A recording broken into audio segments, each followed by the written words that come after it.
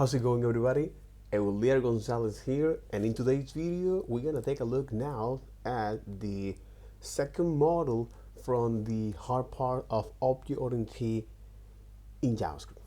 So this is a course taught by Will Sentence, the CEO of Codesmith, which is a software engineering and machine learning residency. He also worked for a couple blockchain companies. He is also the founder of some of the most popular P2P on the internet. For example, IceCom, like so. He's the creator of IceCom, one of the most famous developer platform for P2P video and data communication. That's quite interesting. He was also a software engineer at Gem. This is the question of gem. I'm not sure what is gem. But the whole point of this is he's a graduate from Oxford and Harvard. So the whole point of this, okay, especially when you take a look at IceCom, which is a project that they discontinue or they shut down. And now they recommend to take a look now at the Simpleware RTC, empowering developers of all skills to build advanced real-time applications without breaking the bank. So we got this WebRTC, of this web real-time communications, where underneath the hood is using the, how do you put it? Is using the fully hosted solution. It may using is the WebRTC API, okay, from the browser, right? As you can see here, but this is, put it here on English here. This is it, right? Web APIs. What does it mean this?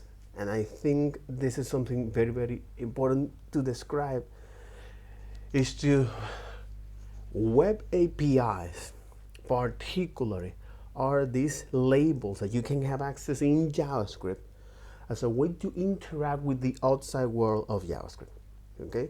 So for example, we got is the set timeout, okay? It's a way to interact with timers in the environment, whether it's on browser or Node. We also have is canvas, the DOM, or in our case, WebRTC, right? So this is something interesting because with this, we can now is understand what all of these features means, especially when we talk about web APIs, which are labels that are exposed to JavaScript that allow you to communicate outside the JavaScript world. Why this is important? And especially if we're going to take a look now at the object-oriented programming. First thing first is as a way that we're going to build applications way much more complex to satisfy is business needs for business people. Now, the ability to be able to describe and make those complex ideas meaningful to others is one of the goals of this series of videos, to become a senior developer. So by improving your analytical skills, is that, okay, how is your thinking process? How good are you that when you try to do something new, and some blocks pop-ups, how can you now push through the code?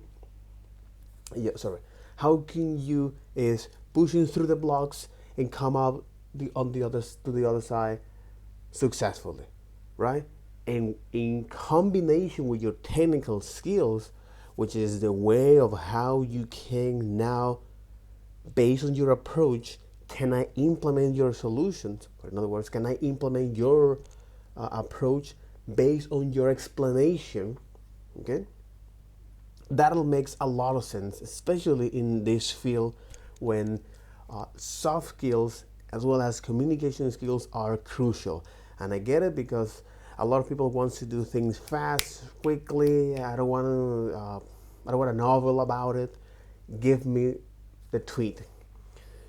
But again, after all, we're dealing is with humans. We're dealing is with persons. And we need to find a way to communicate that, especially for juniors developers, for seniors, architects, product managers, or designers, people that are in the field, as well as business people. So that's the end goal of this. And particularly from this course, the idea here is to look at how you can now write scalable application with this paradigm called the object-oriented programming that teach us is how to write programs at scale in a professional engineering environment. So why this is important? Because at the end of the day, when we talk about with business people, providing things at scales is something that allows not only to growth, okay, but also that you can have access to certain good and service that allow you to grow. So for example, in the case of laptops, in the case of Mac, all right? So now if we make affordable this kind of devices, so now everybody can have access to that, they can solve their own problems, and also they can bring much more benefits to the market. That's one of them. That's me being devil advocate to that. And in a professional manner, which is an old French word according to etymology online, that come from professorum, that come from profession, exactly, that come from profession, which are vows taken upon entering into a religion's order. And in this case, it's not a religion order. You can pretty much kind of assume that. But our religion has changed to this faculty, to this science, to whatever we do, let's make it, if we can replicate this behavior, that's going to make a testable hypothesis. Okay, is this testable and it can be replicable? That'll be good. So pretty much that's what a profession actually means, and it's important to take a look at the origin or the etymology of this word as a way to make sense of why we are doing the thing that we do, right? So profession comes from these old French words according to this website.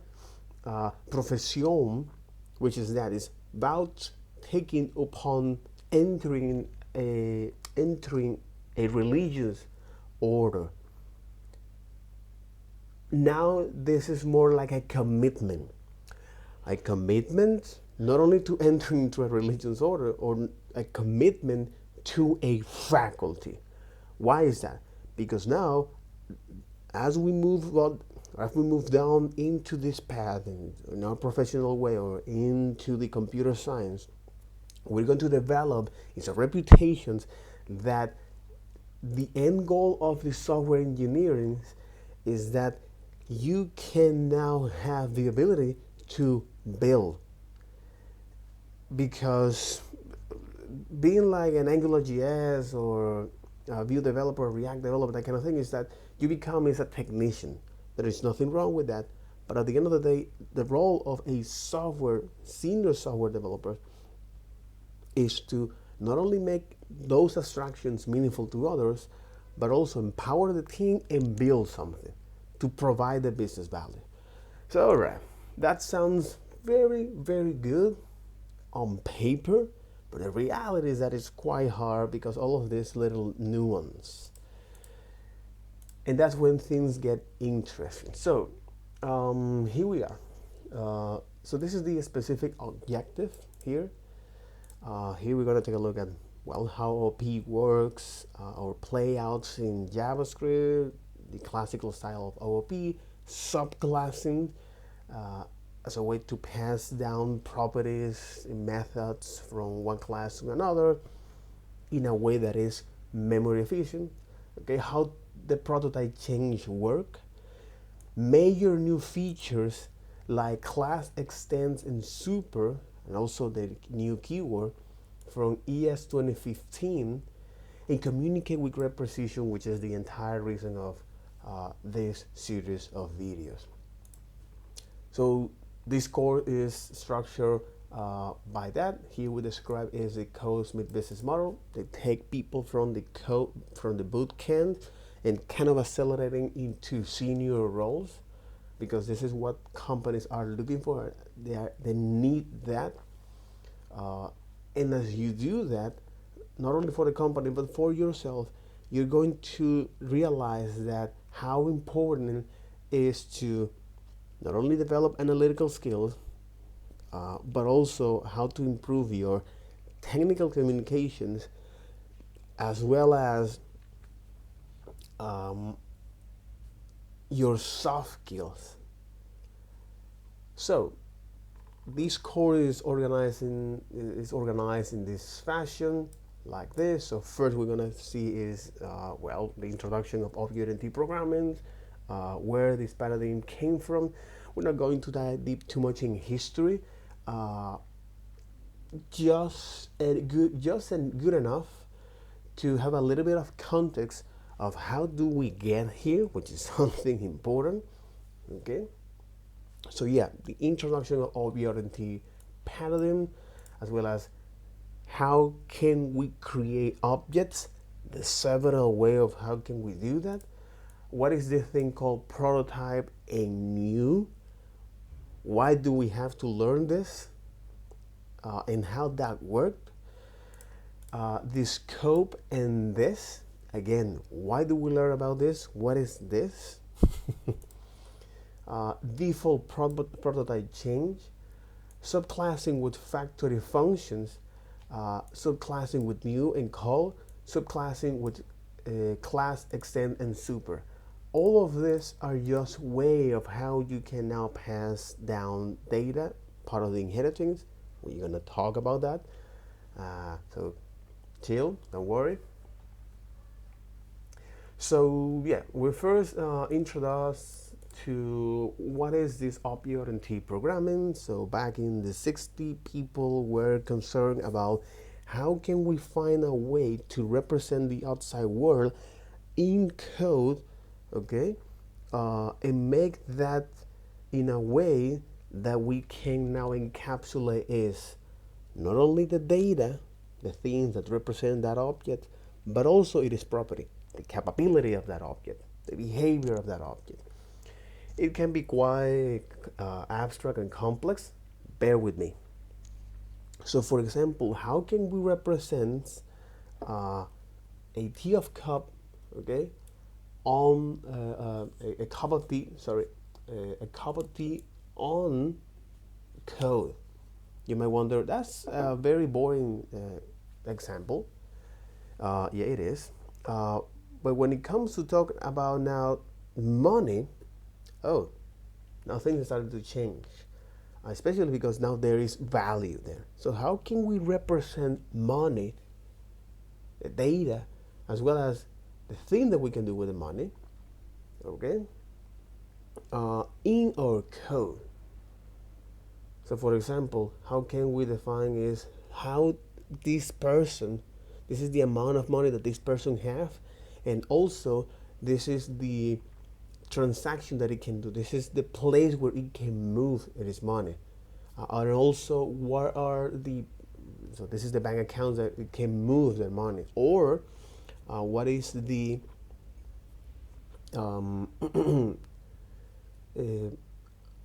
place where this money can spend its money, okay? So what is the retailer available? Okay, so what is the payment processor? They can see Visa, MasterCard. So the whole idea here is that by looking at this particularly real life example where we find valuable, then we can describe other things. How can we do that? How can we represent all of this? Objects. So with objects, okay, then we look at way of how can we create objects in JavaScript. So in the case of object here, we got is object literal, okay, you define is curly brackets for that, so no problem. Another way to define that is with dot notation. This is something that you shouldn't use that because it has a negative impact on JavaScript engine performance, especially V8. That's a whole new video, but it's important that exists.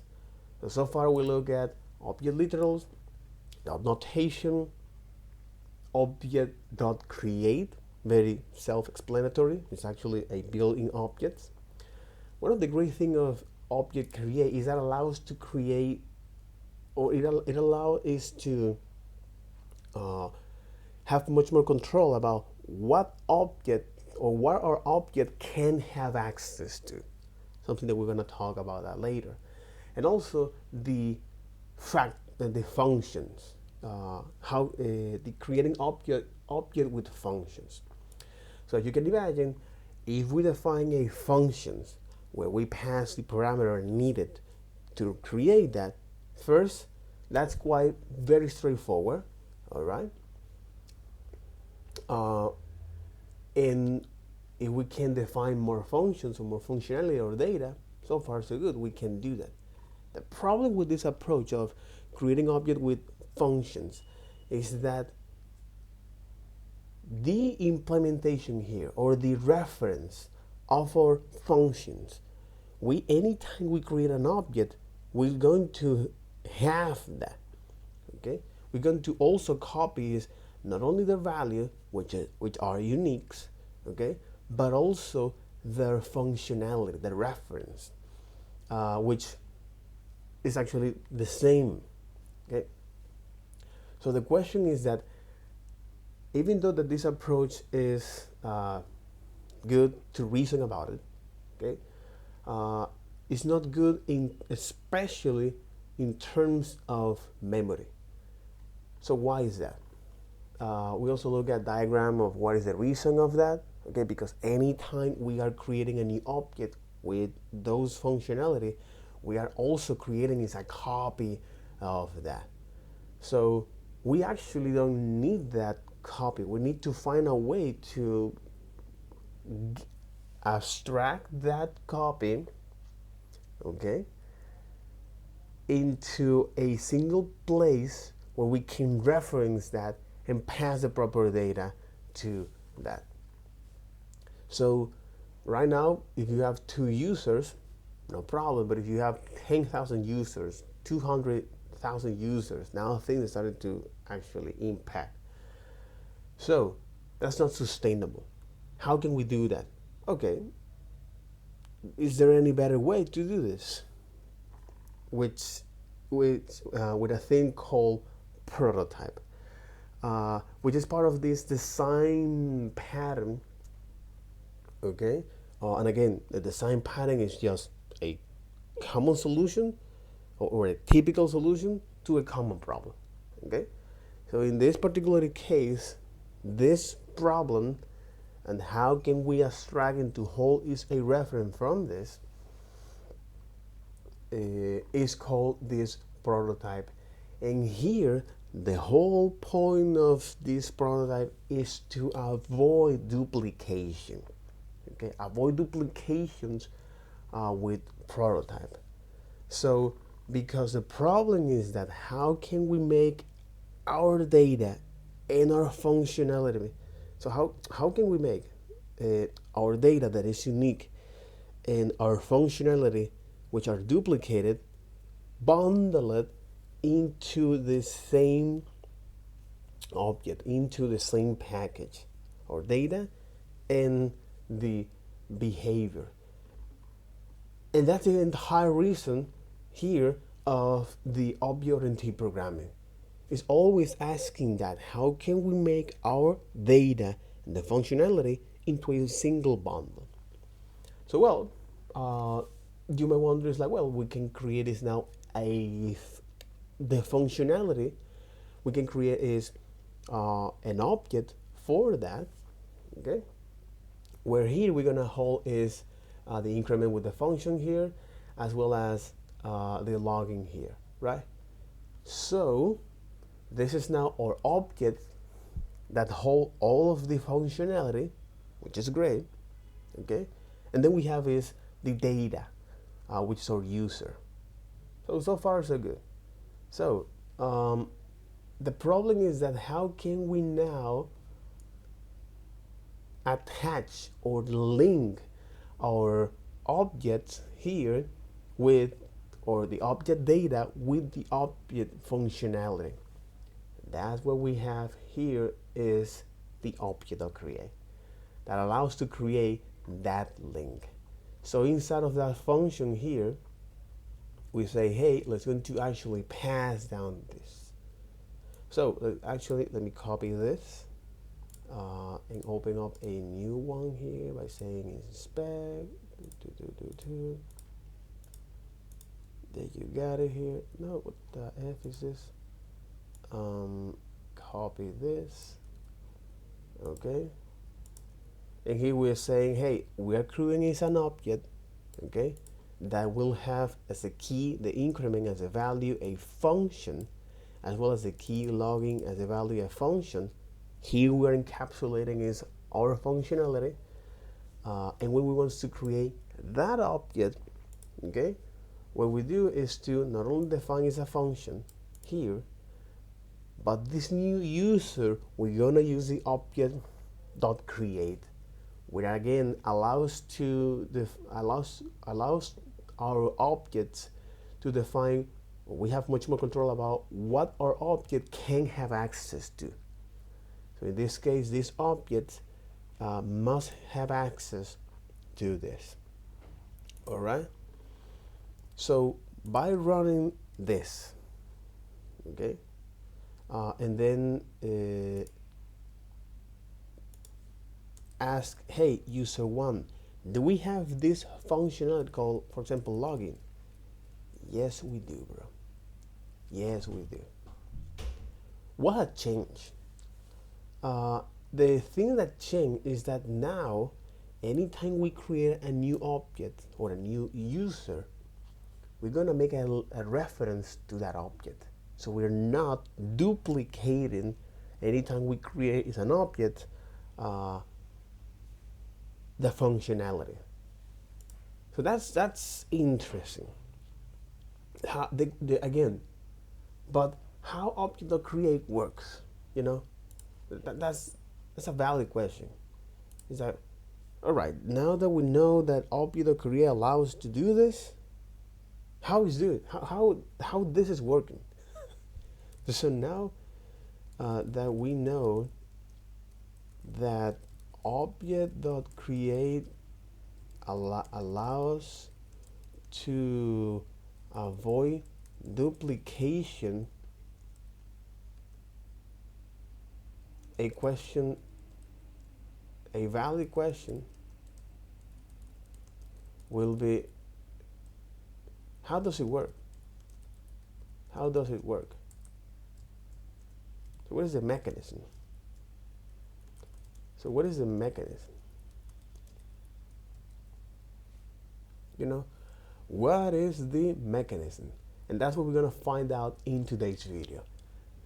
So I'm gonna take notes out of that course like this.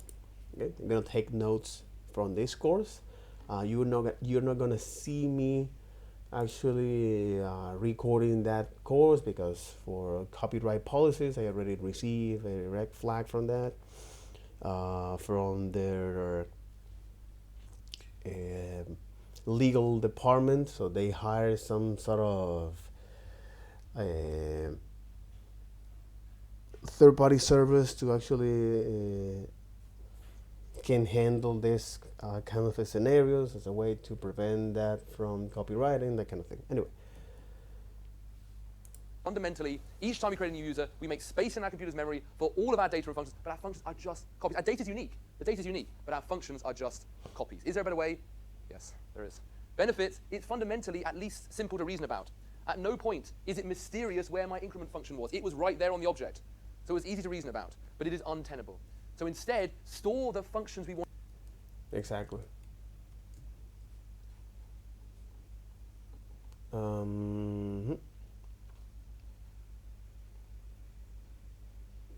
It's not sustainable.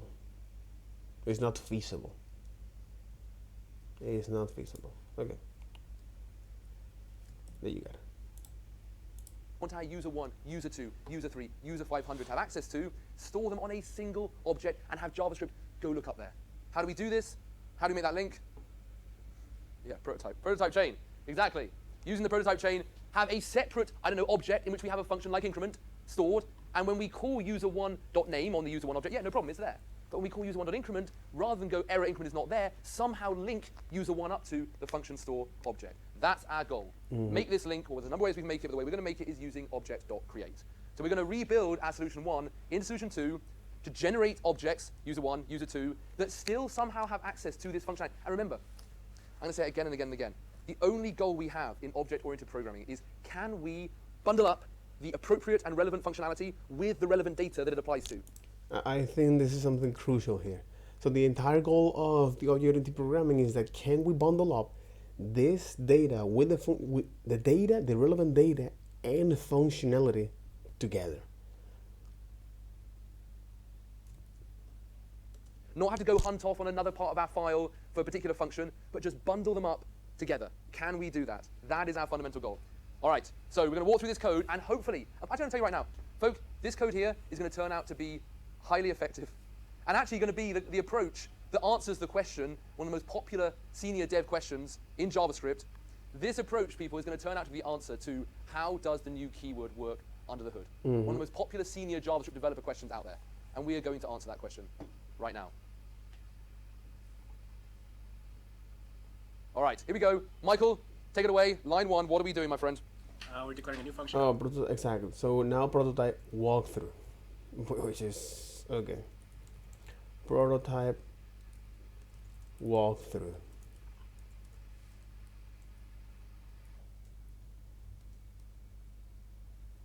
So, talk really slow. what we're doing here is to, okay, so let's going to define is a thread of execution, the global environment context, as well as read line by line to describe and improve our technical communication. So here, I'm looking right now is at this. No, where it is.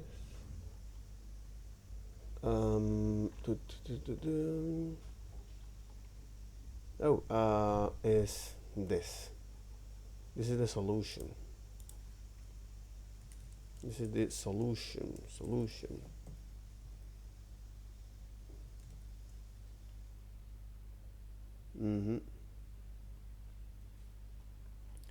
This is the solution. Yep.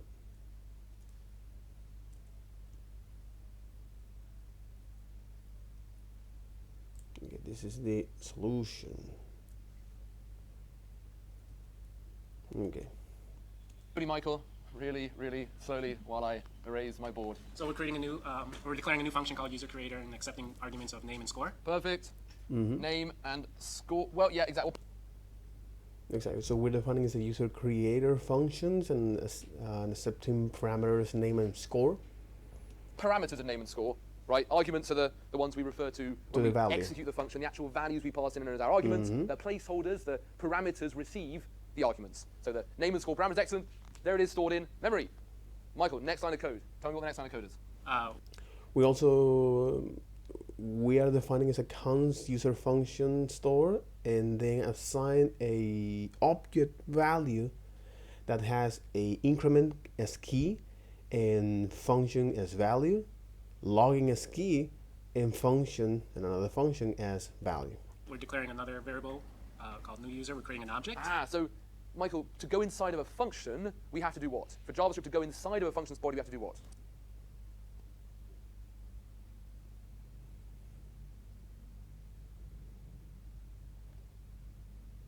We need to run that. Yeah, the vote. But this is a big tip. When you're to go inside of a function, we have to do what? We're declaring another variable called new user. We're creating an object. So Michael, to go inside of a function, we have to do what? For JavaScript to go inside of a function's body, we have to do what? Yeah, Okay. the vote. But this is a big tip. When you're reading through your code, never let yourself look at function bodies, that means the innards of a function, until you invoke it. Otherwise, you're dealing in hypotheticals, because there is no new user, because there is no name at this point. There is no score. So we never go inside of a function until we execute it. So the function's stored, there it is. And what is our next line, therefore, Michael? Within the function? Is that what you're asking? Well, we don't go inside No, of we a don't function go until we inside a call it. So in fact, if we never called user, Nick, after we've declared user creator. Then we'd declare the constant user function store, Exactly, which is an object. an object. And what are the properties we immediately store on that object, Nick? The key name of increment, and which is a function, Yep. and then another of login, which is also a function. Perfect. So our property increment and login are both functions. Exactly. So they Okay. are reference there. Beautiful. And now, note, folk, if you were to do what Michael was doing, have a little sneaky look inside a user creator, you'd see we're probably not going to be assigning any increment method to it. But we are going to create an object that somehow looks like it's got some sort of connection. We're not sure how or what, but some sort of Exactly. connection Some sort of to hardware user connection. function store, which look what it has on it, an increment method. All right. So Elliot, we've saved user function store. It's got increment login. We've saved user creator. We've done our setup. Now, Elliot, take me to the creation of an actual user one. Yeah, so a new constant is created, user1. Yeah. So user one is going to be the return value, Elliot, of calling what function?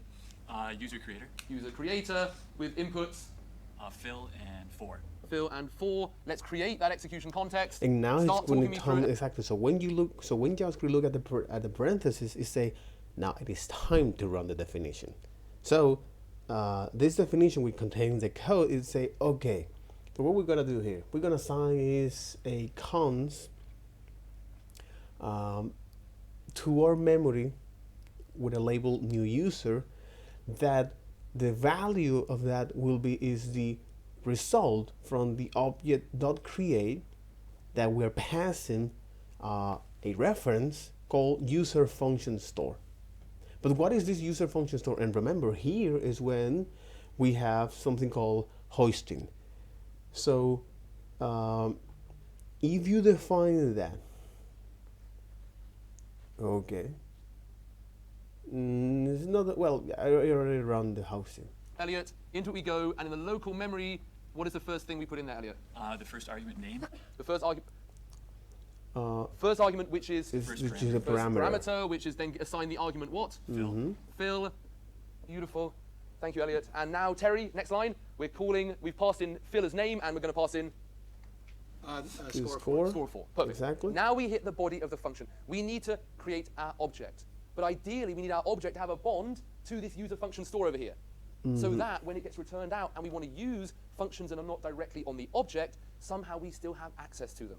We're not going to see exactly how the bond is made quite yet. We're going to see in a moment. But for now, that right-hand side there, always, whatever we pass in, it always returns an empty object.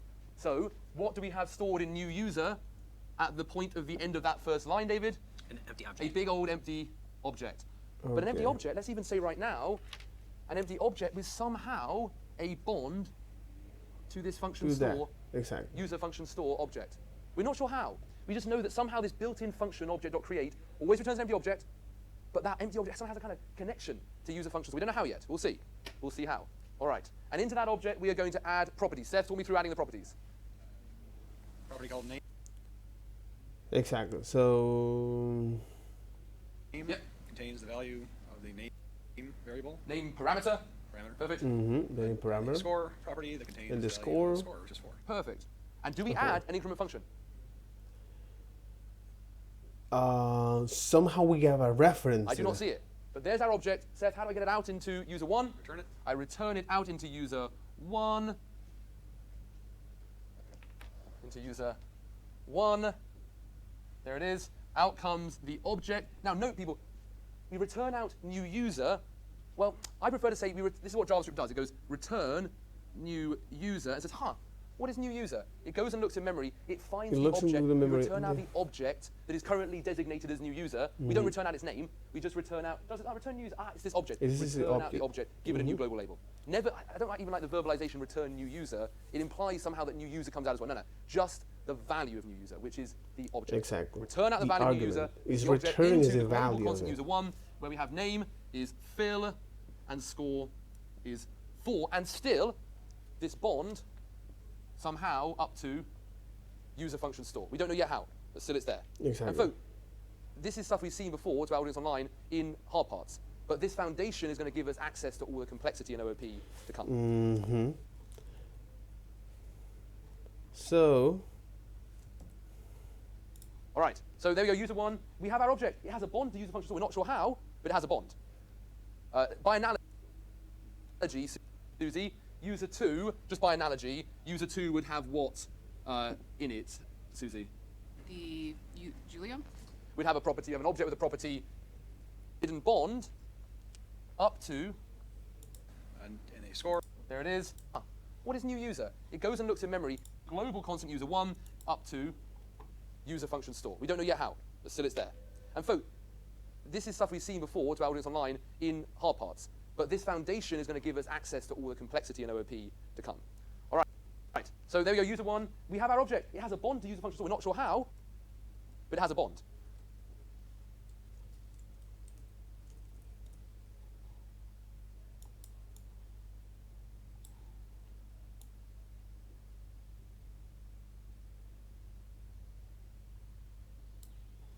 there you go.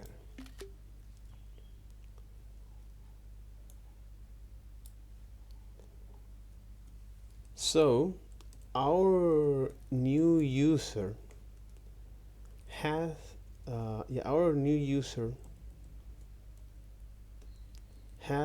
somehow, exactly, come on, somehow, exactly, our user somehow, it has, so our new user somehow, it has a bond to increment functions. So when we call this, you say, hey, user1.increment. Okay. So somehow it has a bound to increment function. All right.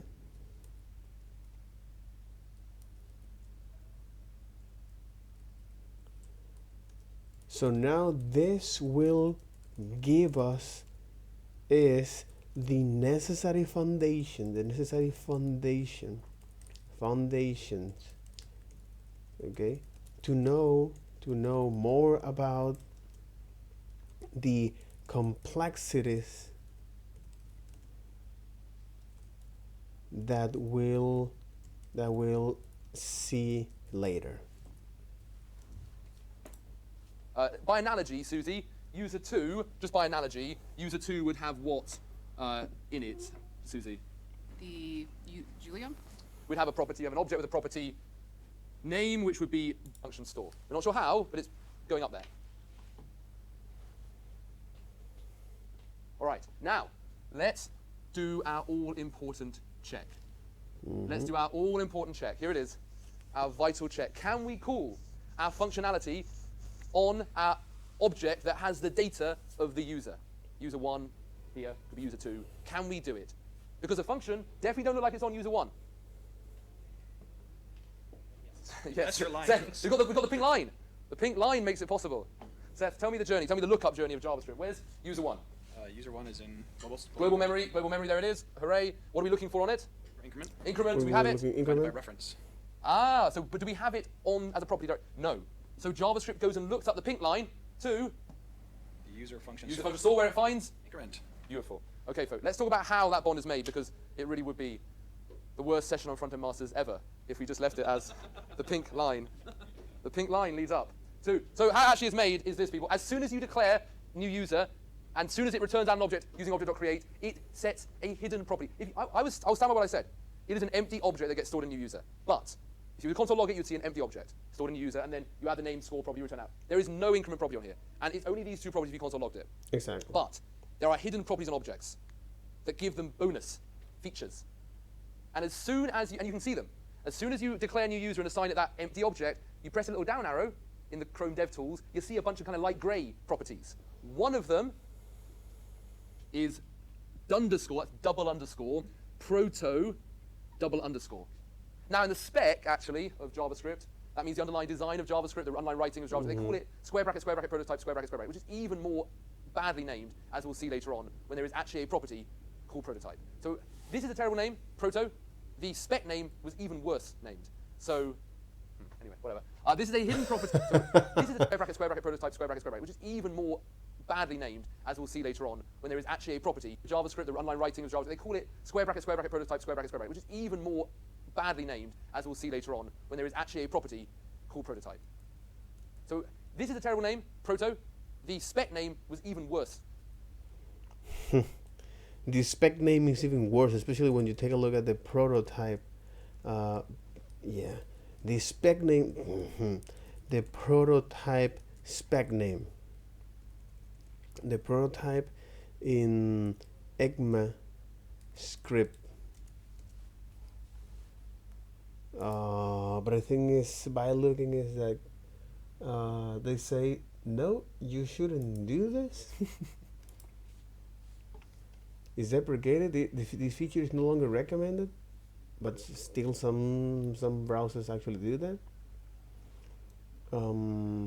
The prototype can be also used in an object literal definition to set the object prototype on creation as an alternative to object.create. So exactly, because they talk about confusing names, including the proto accessor property. So if you try to read proto on such an object, the value is always undefined, regardless of the actual object prototype. And any assignment to the proto will create a new property called proto instead of setting the object prototypes, because that's one of the reasons that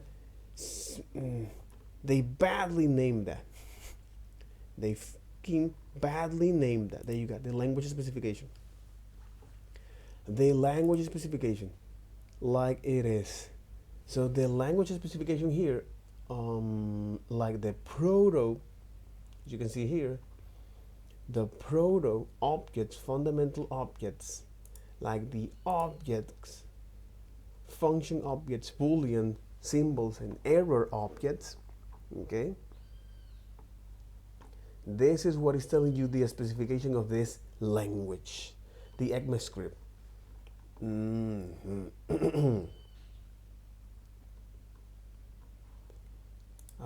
So it is describing this. The development of ECMAScript language specification started in November 1996. The first edition of ECMA standard was adopted by ECMA General Assembly in June 1996, which is great. But as you can see, the language itself has evolved. All right, and with each new version, or with each new release and update, language update, is like that. Focus development on the 6th edition starting in 2009 as the first edition. So some of it is major enhancement, include models, class declaration, lexical block scoping, iterators and generators, promise for asynchronous programming, destructuring patterns, and proper tail call. The ECMAScript library of built-ins was expanded to support additional data abstraction, including maps, sets, array of binaries, numeric value, as well as additional support for Unicode supplementary character in string and regular expression. The built-ins were also made extensible via subclassing. That's one of the things that we're gonna learn about this. The sixth edition provides the foundation for regular. Okay, that was the fifth edition. Okay, fifth edition. What is the name of this fifth edition? What is the name of this fifth edition? What you got is this fifth edition of ECMAScript. What is the name of that? Because right now we're currently at 2025. It's been a long time. Fifth edition of ECMAScript. ECMA. Okay. What is it called? In fact, when this was deployed or launched or published? Oh, 2009. Okay, 2009. Oh, okay, 2009. All right. Okay. Oh, okay. You see? That's quite interesting.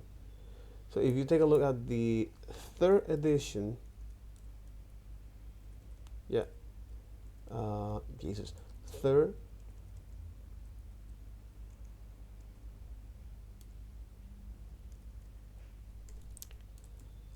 edition. It's quite slow, my internet right now. No, I don't get it.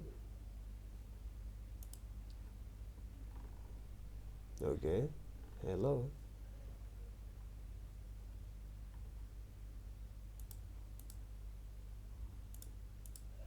Hello. No. Okay.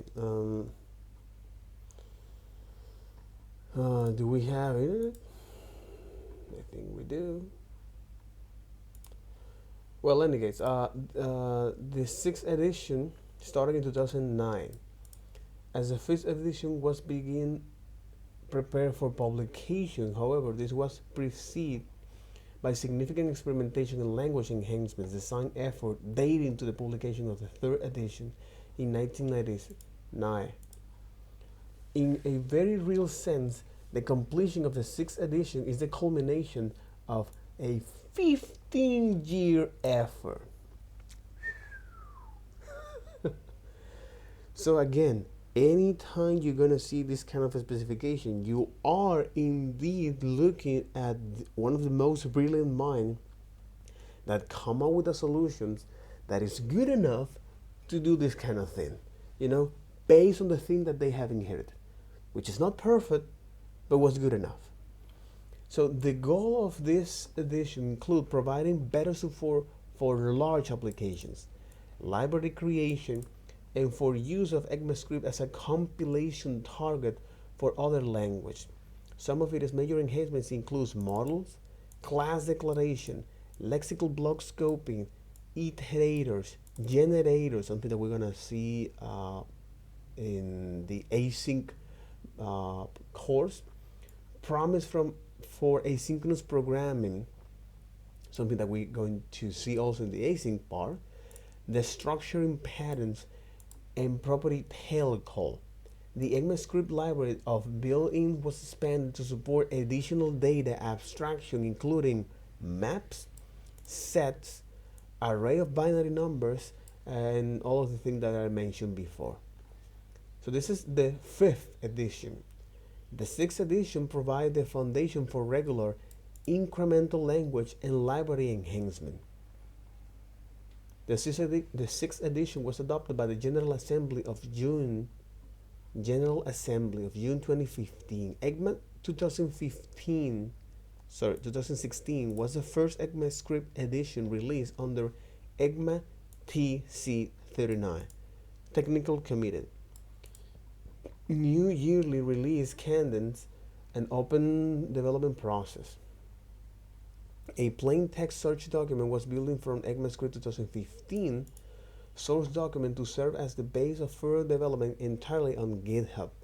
Over the year, of this standard development, hundreds of pull requests and issues were filed, representing thousands of bug fixes, editorial fixes, and other improvements.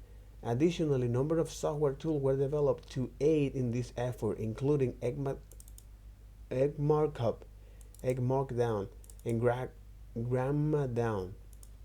ES 2016 also includes support for new exponential operators and adds new methods like a write-down prototype called includes. ECMAScript 2017 includes async function, share memory, and atomics, along with smaller language and library enhancement, bug fixes, and editorial updates. Async functions improve the asynchronous programming experience by providing syntax for promise returning function. Is this share memory and atomic introduce a new memory model? Interesting.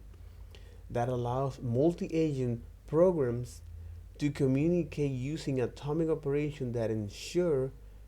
Oh, come on. I got an issue with the internet. I don't know what's that.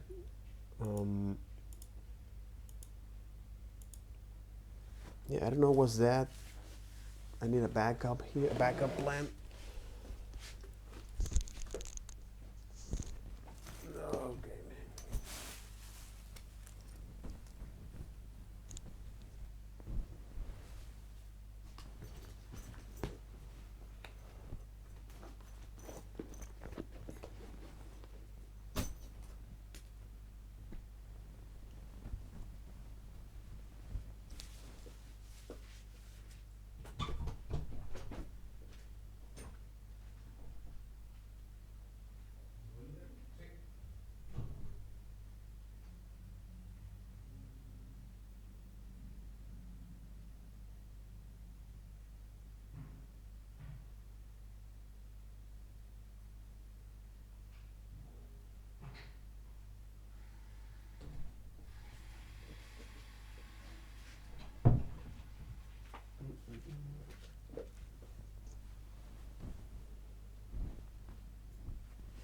Wait a second.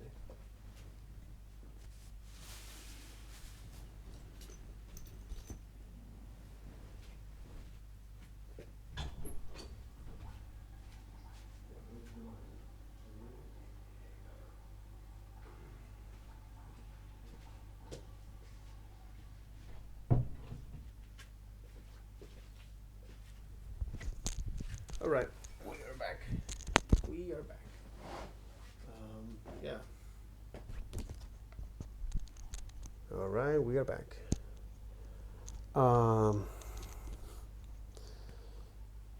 So what we're gonna do here is to do some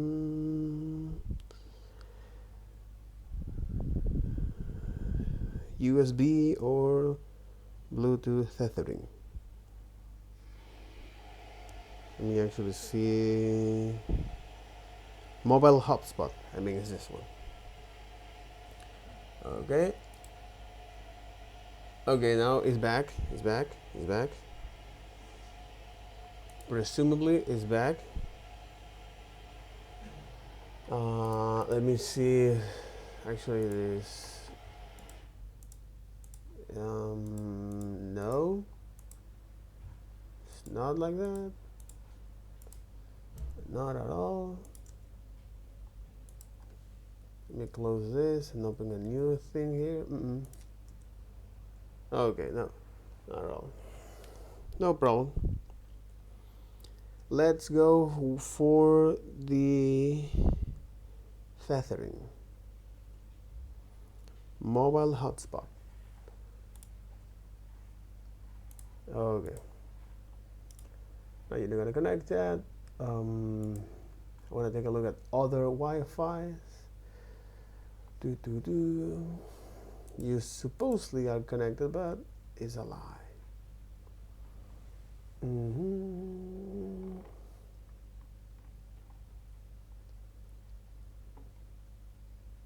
Well, in theory, we are connected. in theory. No, we're not. Anyway, no,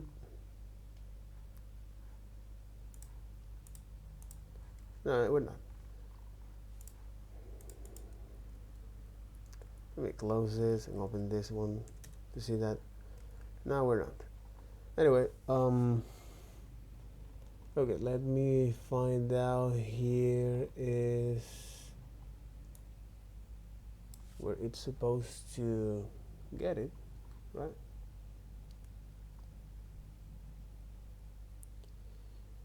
That's right. There you got it. Last one here. No problem. Take care. All right, here we go. All right. We're having a really okay. There you got it. So okay, this is the new memory model. Holy moly. Okay, the new memory model. That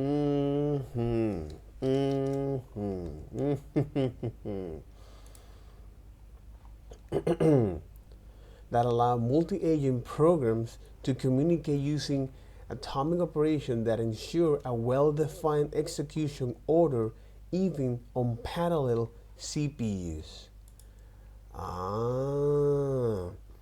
The memory consistent model or memory model specifies the possible ordering of shared data block events arising via accessive type array, instance backed by a shared array buffer.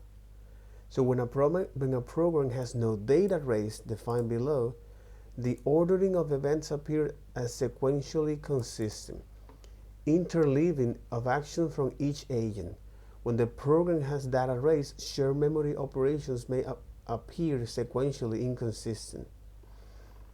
But again, this is a new memory fundamentals that allows to share data across different programs, that allow multi-agent programs.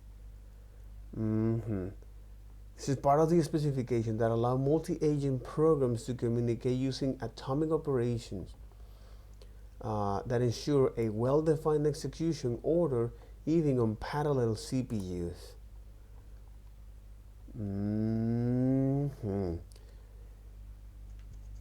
So because data is not shared across different CPUs, now this model allows us to have data shared across different processes. That's one of the reasons why we have things like workers. It is also include new static method on objects like object.value, object.entry, and object.get on property descriptor.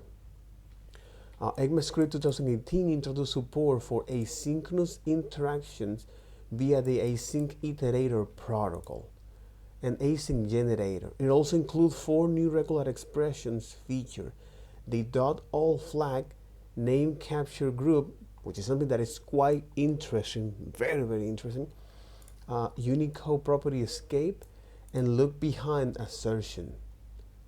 Lastly, it includes object rest and spread properties. The ECMA 2019 introduced a new built-in functions called flatmat on array.prototype. So they add new behavior to this object for flattening arrays, object from entries for directly returning the return value of object.entry into a new object, and trim star, trim end, stream prototype, and a better name alternative to widely implement but not standard stream prototype that trim left. But this is not another standard. In addition, it includes few minor updates to syntax and semantics. Update syntax including optional catch, binding parameters, and allow line separator and paragraph separator in string literal with JSON. Other update including requiring the array.prototype sort to be stable sort, okay, which means that if you find with the stable sort is if you find records, stable sorting algorithm maintain the relative order of record with equal keys. Exactly. If you have records with the same key, it will maintain the relative order.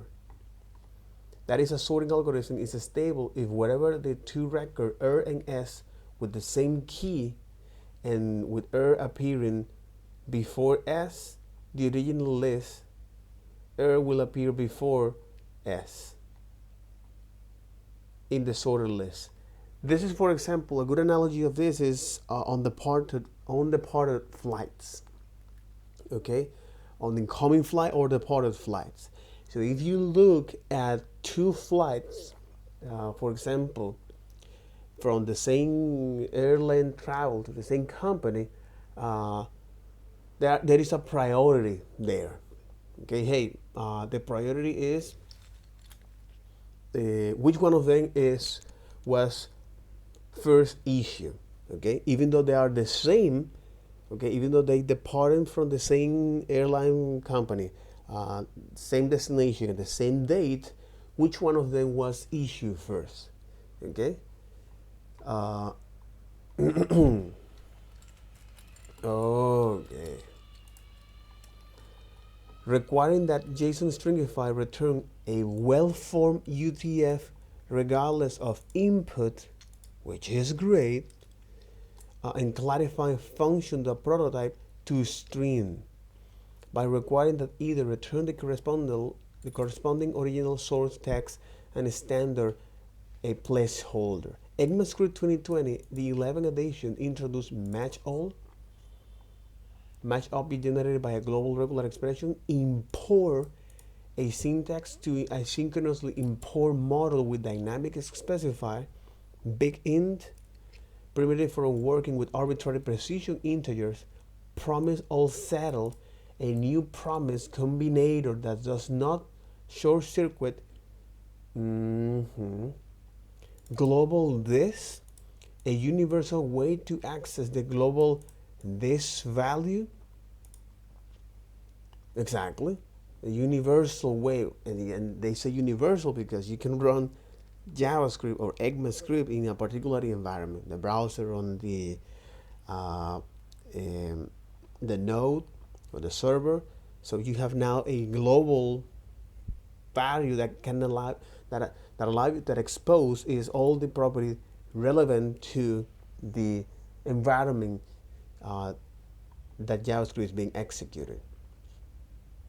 A universal way to access global this value, dedicated export for this, syntax for use within models, increases standardization for enumeration, order, import.meta, a host populated object available in models that may contain contextual information about the model, as well as adding 2 new syntax features to improve working with nullish, which is something that we already have familiar with, especially when you're working on React applications with React query. Undefined or nullish collisions, a value selection operator, and optional changing. Exactly, optional changing, nullish collision. This is fairly new, bro. This is fairly new. Optional chaining, a property access and functions invocations operator that short circuit if the value to access involved is nullish. Look at, so the language has evolved vastly, bro. Ah, damn, in Jesus. 2021 introduced replace all method for stream, promise.any. A promise combinator that short circuit when an input value is fulfilled.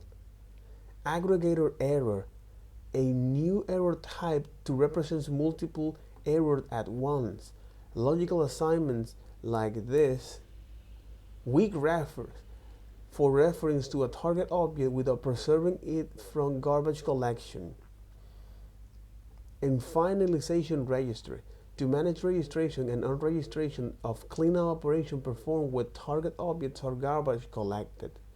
Separation of numeric literal and array property that sort was made more precise, reducing the amount of case that resulting in an implementation defined sorted order.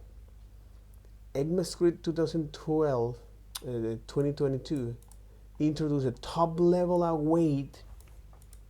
Man, this is something new. This is like 2 years ago. Introduced the top level await, allowing the keyword to be used at a top level of models. New class elements, public and private instance field, public and private static fields. Exactly, public and private static fields, private instance method and accessor, and private static method and accessor, static block inside classes to perform per class evaluation. This is what you do. The hash X in object syntax to text for presence of private fields on object.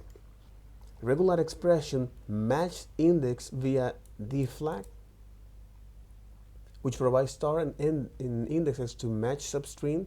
The cost property on error object, which can use the cost property on error object, which can be used to record a causation change in error. The add method for string array, type array, which allow relative indexing an object has own, a convenient alternative to object the prototype has own property. In 2023 introduced it to sorted, to reverse, with find last index, array prototype and type array prototype, as well as to splice an array property. This is something that you have in language like Python. 2024 15 edition add facilities for resizing and transferring array buffer and share array buffer. Add a new regex expression V for creating regular expression with more advanced feature for working with a set of string. And introduce the promise with resolvers. Oh, convenience method for construction promise. For construction promises. The object.groupBy and map.groupBy methods for aggregating data. The atomic.waitAsync method for asynchronously waiting for a chance to share memory. And string atomic waitAsync and string.prototype is well formed and string.prototype to well formed method for checking the ensuring the string contains only well formed Unicode.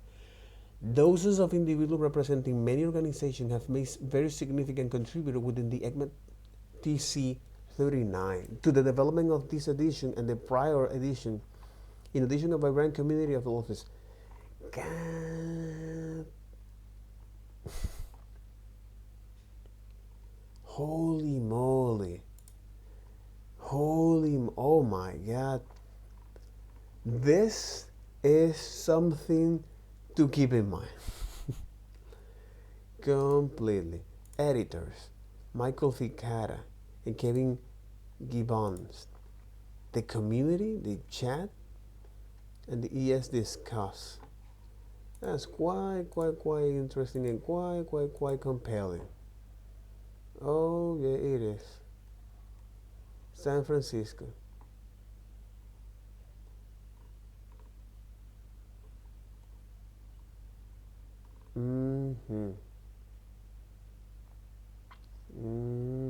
Interesting.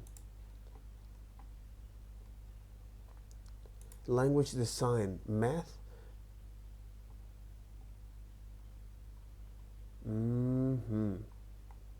Holy moly. Yeah, holy moly. Oh my God. So That was quite interesting because, again, this is the language specification. It's up to the browsers to implement that, you know? You got the language specifications, and then you have is, oh my God.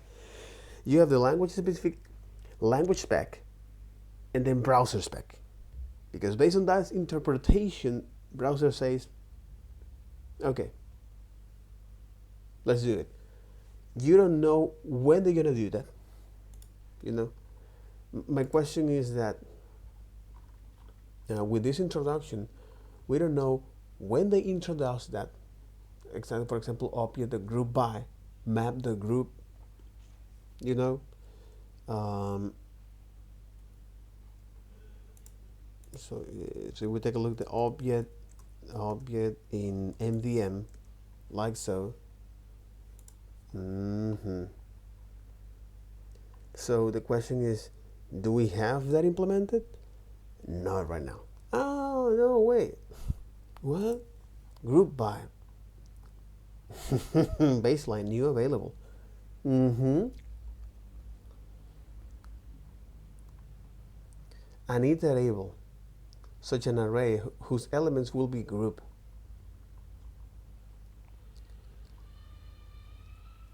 Oh,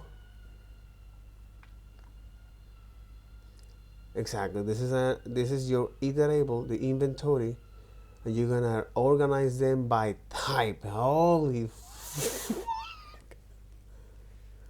oh my God, that's pornographic, bro. Holy fuck, that's quite pornographic. Jesus. Of course, none of them. Polyfill of object the group by in core.js. God damn it. It actually provide that array grouping, items, and a callback function. Holy moly. Yep, totally. Holy moly. Exactly, my callback. And then it's going to return is this object organized by that. Dang, son. Oh, nigga. Holy moly. Group by and map group by. If you want to organize them by keys,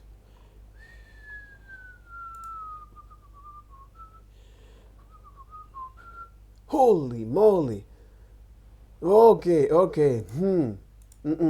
So again, the whole point of looking at this, okay, of this series of videos, especially of object-oriented programming and how the prototype object-oriented works, okay, so which is something that is, they don't define too much that here.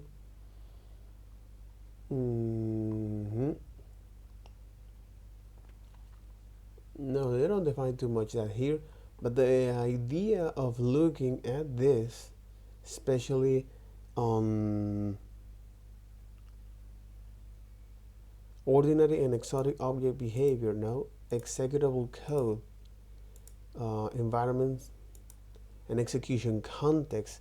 Now things started to make a lot of sense. Syntax, direct operation, abstract operation, ECMAScript data types and value, notational convention, algorithm convention, exactly, abstract operations, runtime semantics.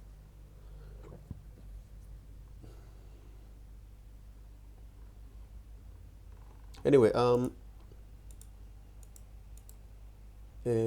abstract operations,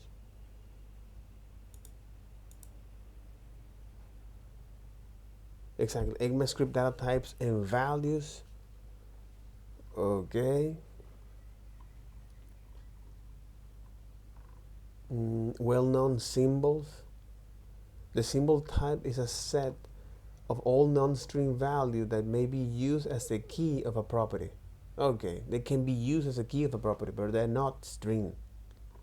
Well-known symbols are like that as identifiers. Okay. Async iterator has instance is concatenated. This is all of the symbols or values that can be used as key. Numeric type, like so. Object.is, if that includes the number type, that's quite interesting. Yeah, the numeric type is okay. It's also telling you in which range it works, that kind of thing, blah blah blah. Okay. No.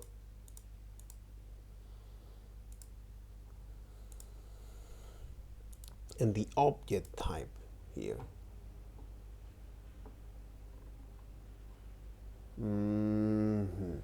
So now, my friend, we are actually looking at the specification, at the blueprint, at the source code, at the design. Holy moly. What happened here, which is something that Will Sentence wants to make this family friendly, developer friendly as much as possible. But if you're going to now be a senior developer here, if you're going to be someone that can provide value and solve problems, and you want to also build your reputation, do that in a professional way, so commit that, which is the logical step. If you want to do that, that makes a lot of sense. You should be able to read is this, bro. You should be able to read this specification. Oh my God. Each instance of the object types also refers to a simple as an object, representing a collection of property. Each property is either a data property or an accessor property. A data property associates a key values with the ECMAScript language value and a set of Boolean attributes. An accessor property associate a key value with one of the two accessor functions and a set of Boolean attributes. The accessor functions are used to store or retrieve an ECMAScript value that is associated within the property. The accessor property and the data property. Okay, as a way to describe is the anatomy of the object type. A property key is either a string or a symbol. All string symbols, including an empty string, are valid as property key. A property name is property key that is a string. An integer index is a property name n, such as canonical numerical index string return an integral number in the inclusive interval of this. An array index is an integer index n, such as the canonical numerical index return a value of this.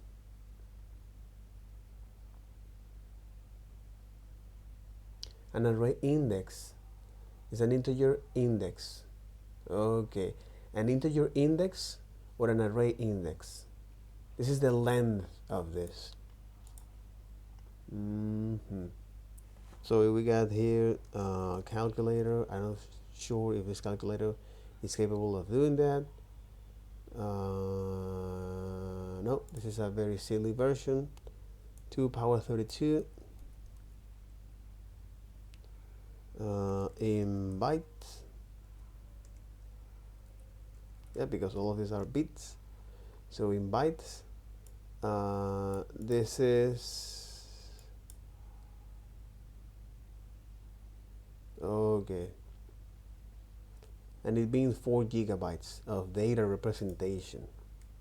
3, I mean this is byte, kilobyte, megabyte, kilo, mega, exactly, and giga. All right. No, but this is beats.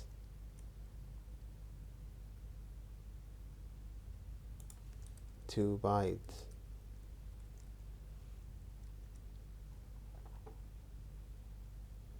Exactly. Because after all, this is what you are allowed to. This is a representation. Anyway, and every non-negative safe integer has a corresponding integer index. Every 32-bit unsigned integer except this has a corresponding array index. Property key are used to access property and their values. All objects are logically collections of properties, but there are multiple forms of objects that differ in their semantics for accessing and manipulating their properties.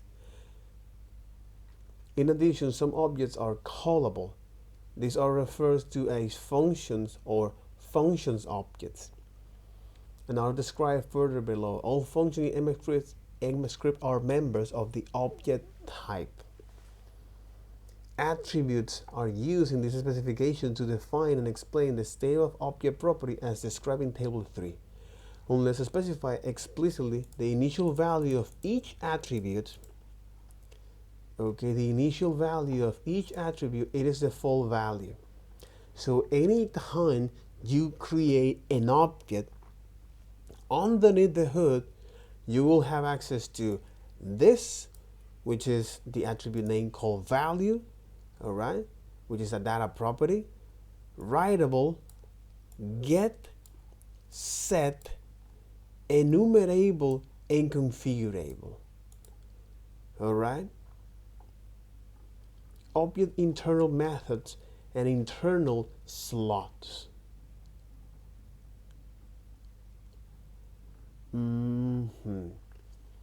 Object internal methods and internal slots.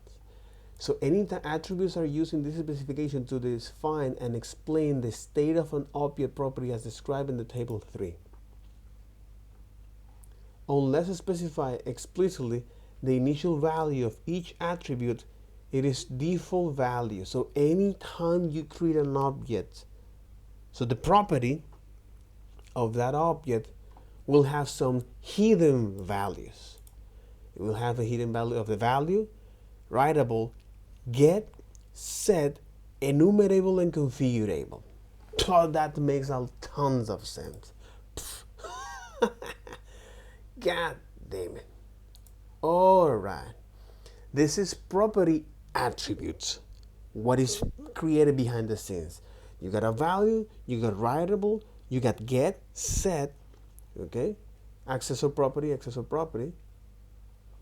You got enumerable and configurable. And then you got this object internal method and internal slot. The actual semantic of objects in ECMAScript are specified via algorithm called internal methods. Each object in an ECMAScript engine is associated with a set of internal methods. Each object in ECMAScript engine, okay, VA, Chakra, you name it, right? Any JavaScript engine or ECMAScript engine is associated with a set of internal methods that define its runtime behavior. These internal methods are not part of the ECMAScript language. They are defined by this. They are defined by the specification purely for expository purpose, but they are not part of the ECMAScript language. They are defined by specification purely for expository purpose. Expository. For description, for describing purpose. However, each object with an implementation of the MS script must behave as specified by internal method associated with it. The exact manner in which this is accomplished is determined by the implementation. I don't know what you're gonna do, but you gotta do this. Internal method names are polymorphic. This means that the different objects' values may perform different algorithms when a common internal method name is invoked upon them. That actual object upon which an internal method is invoked is the target of the invocation. If at runtime the implementation of an algorithm attempts to use an internal method of an object, that object does not support, a type error section is thrown. Because this is go beyond the language script. Internal slot corresponds to internal state that is associated with object and is used by various ECMAScript specification algorithms. Internal slot are not object properties and they are not inherent. Depending upon that, but after all objects have internal slot named private elements, which is a list of private elements. The list represents the value of the private field method accessors for the object. Initially, it is empty. Internal method and internal slot are defined within specification using name and close in double square brackets, which is they are internal methods and internal slot. Anytime you look at these square brackets, they are private property. They are internal property that are created by the language. Table 4 summarizes the essential internal methods. Here we go, bro. Used by the specification that are applicable to all objects created or manipulated by the ECMAScript code. Every object must have algorithm for all the essential internal methods. However, all objects do not necessarily use the same algorithm for those methods. Exactly. You must have the implementation. You must guarantee this behavior, but I don't know how do you do that. The implementation did at least. The algorithm. An ordinary object is an object that satisfies all the following criteria for internal method listed in the table 4. If the object has a called internal method, it uses either to define this. If the object has a construct internal method, it uses the one defined. But for internal method, list table 4. These are internal methods that are created that objects in ECMAScript must have. Get prototype of, set prototype, is extensible, prevent extensions, has property, get, set, delete, and own property keys. This is essential internal method.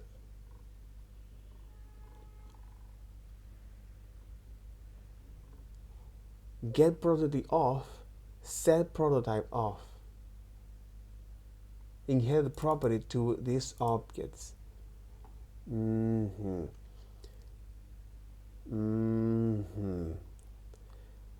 Additional essential internal method of function object like call and construct creates an object invoked via the new operator or supercall.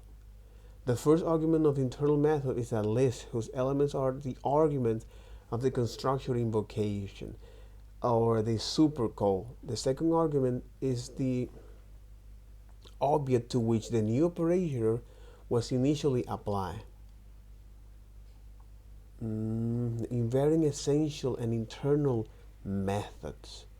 Holy moly. That's pretty fucked up. Well-known intrinsic objects.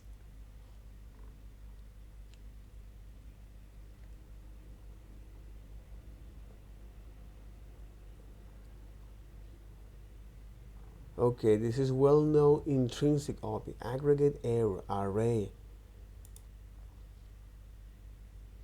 Exactly. Array buffer, atomic, big int 64, boolean date, decode URL, error, eval error, functions, generator functions. This is well-known intrinsic objects. Decode, encode, eval error, function, generator prototype, map, math, number, object, parse floats, parse in, promise, proxy, reference error, reflect, regex x. Okay, now oh my god. Okay. The end specification type.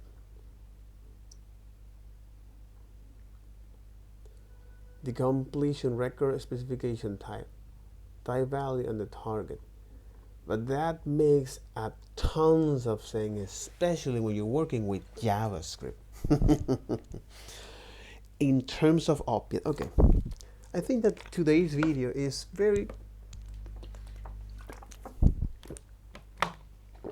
has been very interesting, has been very illustrative, and I get it. Why, for example, in fact, let me actually put it this way. The object type, you know, yeah. It's like, this is the resources area.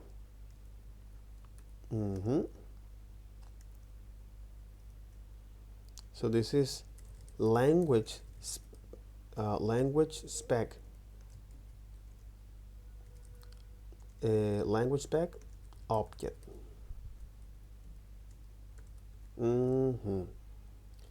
Language spec object. Oh my god. It's like, oh my god. That's quite interesting. Totally. Oh my god. Very interesting. Okay. Let's do it. Let's get into it. I know what's going on. So anytime you use the object.create, okay, anytime you use the object.create, it's gonna assign hidden properties or private property to the to your properties, okay. It's gonna assign that to the property, as well as internal methods from objects like this: get property off, set property off.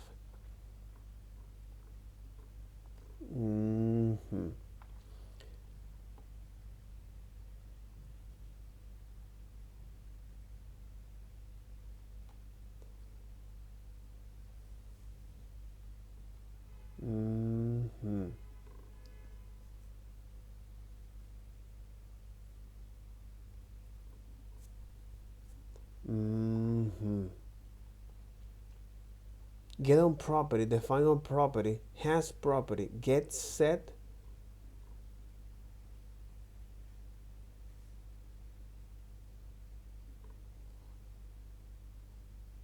but exactly is get property off is a way of how it provides inheriting property from this object, as well as set property off.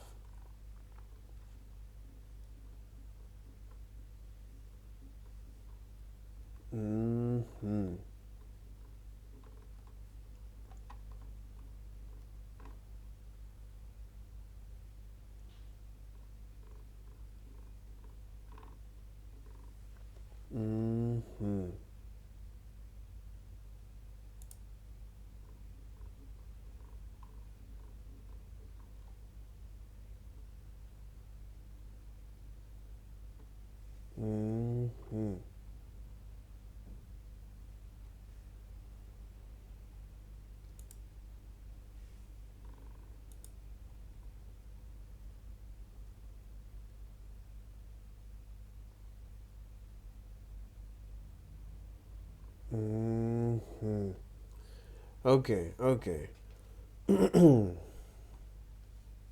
Aims with data types and values. Well-known intrinsic objects.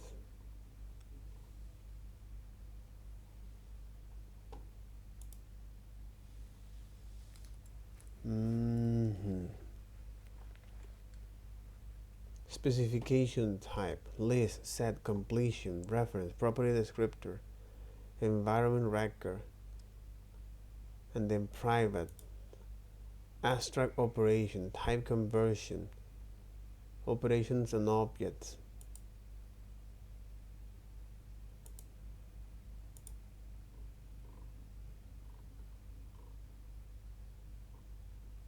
But they don't mention anything related to prototype.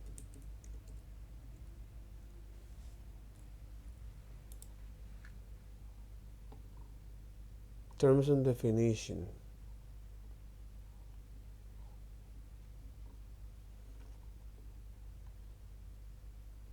Set prototype.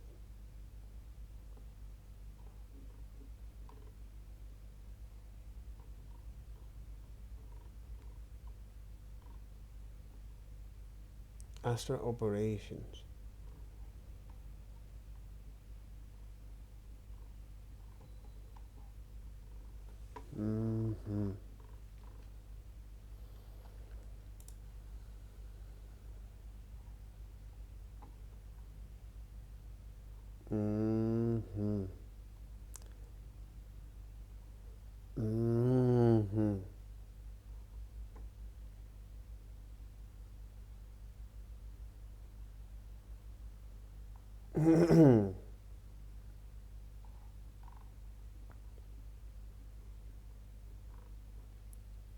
Exactly, but this is if you want to build them with this is if you want to build object with functions.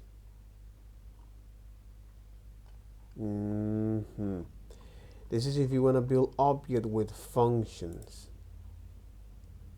That's what happened.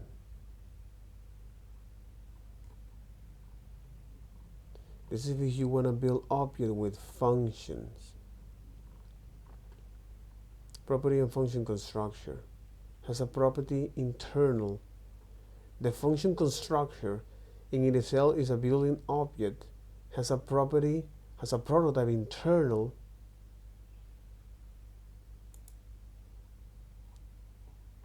That's why to me quite puzzling is that where the prototype actually came from. Object that provides shared property for other objects. Period. From the description here. From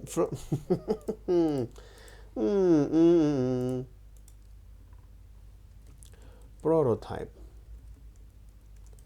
The prototype spec definition. Okay. So prototype spec definition. Pretty straightforward. So prototype spec definition. Object that provides shared property for other objects. Just like that. When a constructor creates an object, that the object implicitly refers to the constructor prototype, which is the way how it can inherit or share properties from other objects. It references the constructor prototype. Property for the purpose of resolving property reference. For the purpose of resolving property reference, the constructor prototype property can be referenced by the programming special constructor.prototype, and property to an object prototype are shared. Although instant inheritance by all objects sharing the prototype. Exactly, because we're looking is at the object of create, by all objects sharing the prototype. Alternative, a new object may be created with an explicit specified prototype by using the object.create built-in function. But again, object that provides shared property for other objects. So object that provide provide is an object that provide is an object exactly object that provide shared properties is an object that provides shared properties. Okay, it's an object that provides shared properties for other objects. The question remains, how does it do that? You know, in the construct here. In the construct, because after all, there are internal essential methods. Now here is called construct. Create an object invoked via the new operator or super call.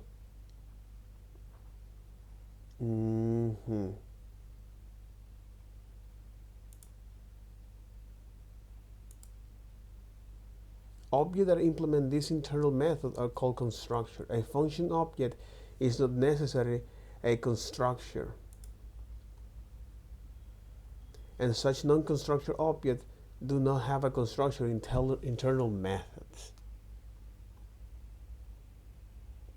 But it's because the new way of doing this.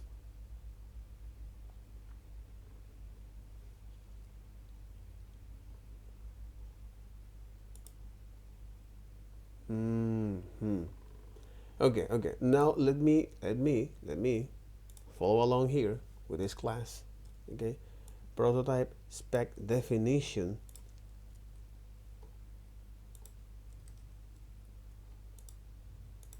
Named. So anyway, whatever. This is a hidden. Right. So this is a terrible name, proto square bracket, which is even more.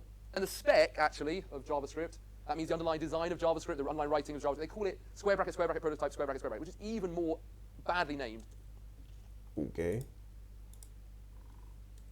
So anytime we create an object,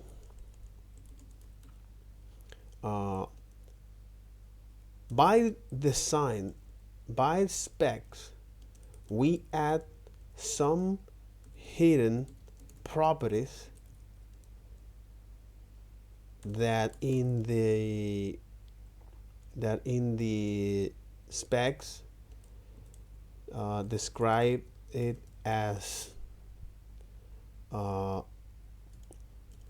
double square bracket, the name of the property, square bracket, name, property name. Okay, for example, prototype, prototype,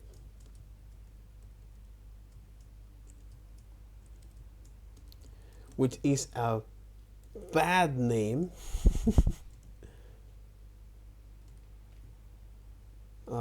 to refer, which is a bad name, which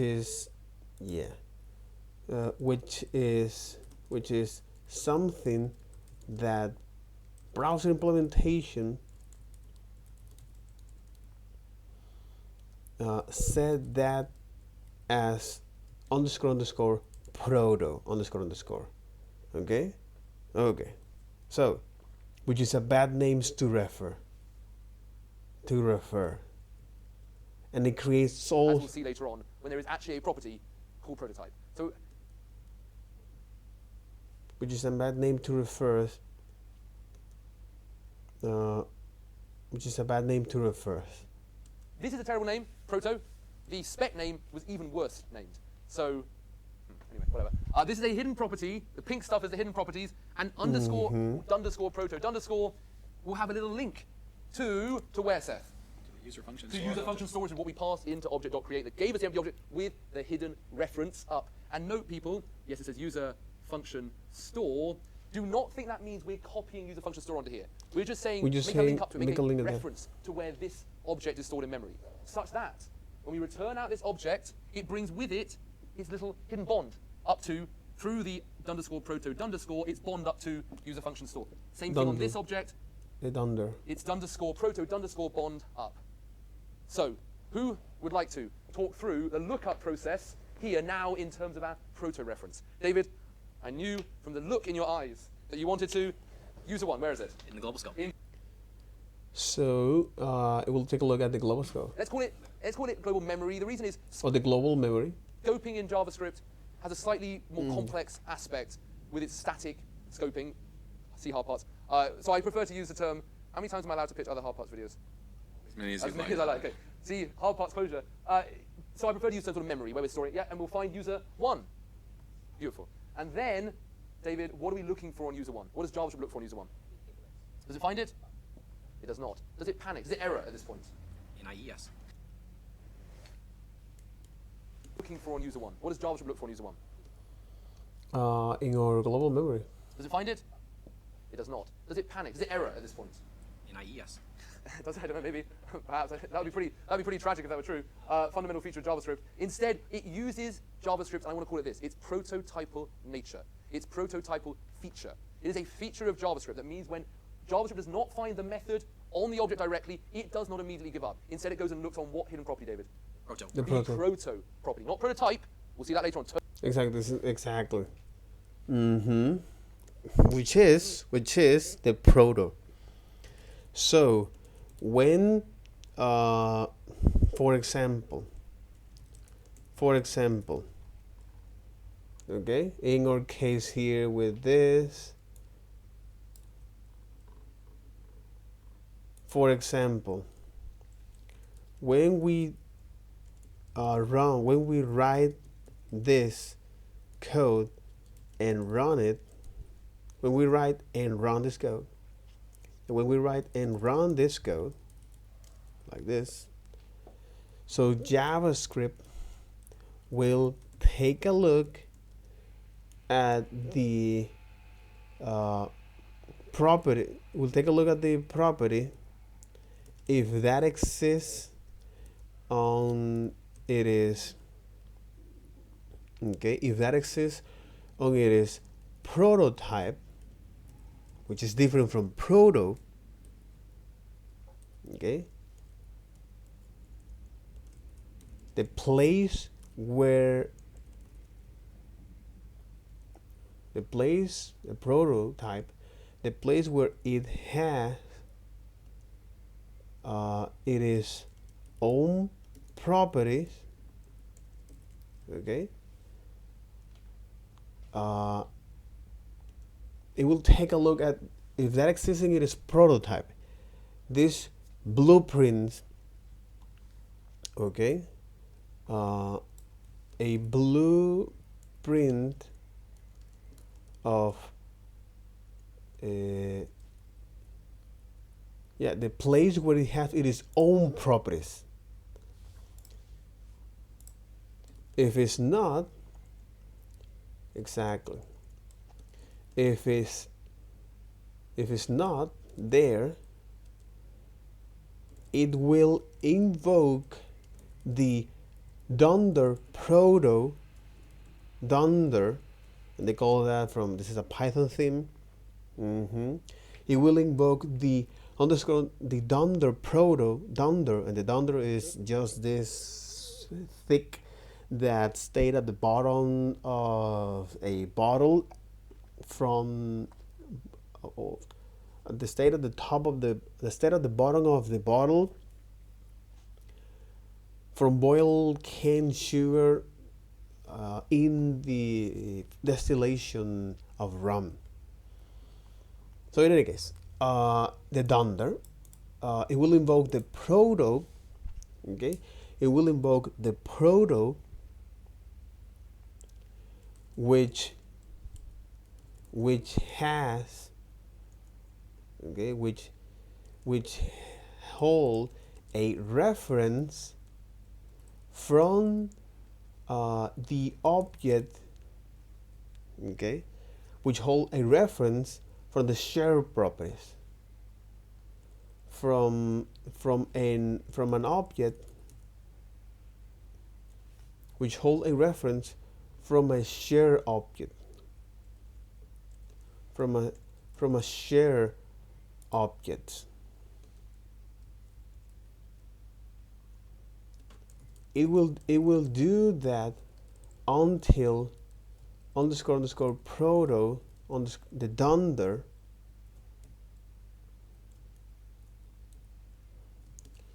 points to null, which is the object, the plain JavaScript object.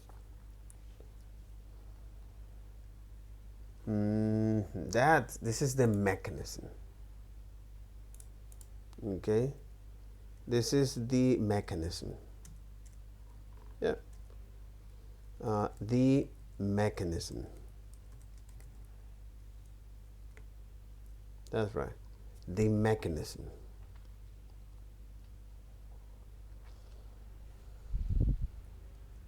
The mechanism. That's right. That's right. The mechanism, and that was actually very, very, very interesting. Let me see if that actually okay. It seems I already have internet, so I don't need to do this. Please connect to the internet here. Okay.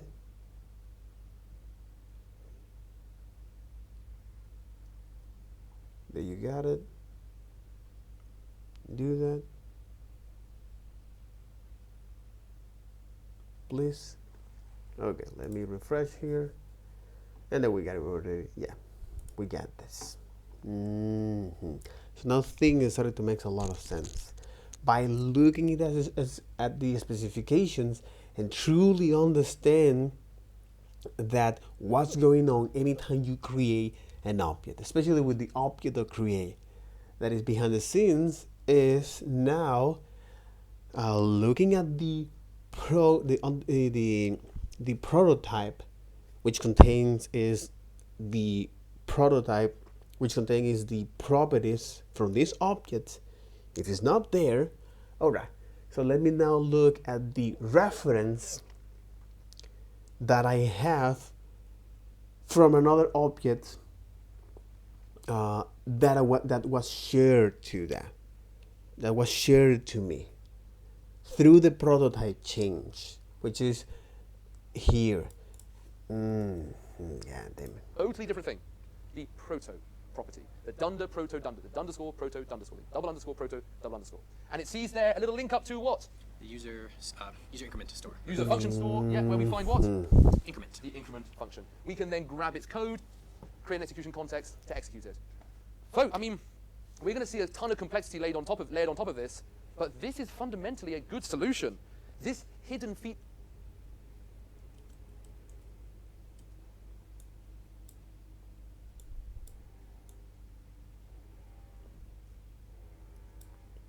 Which is this?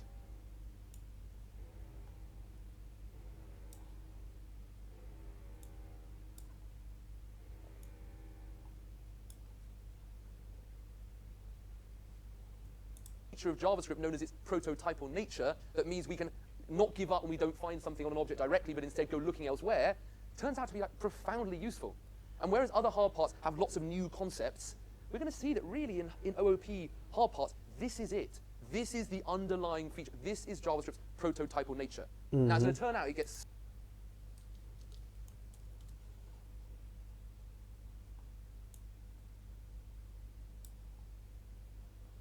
But it's this one. This is the prototype nature.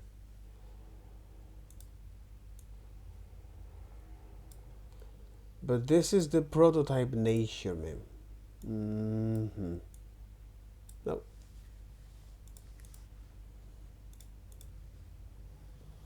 This is the prototype nature.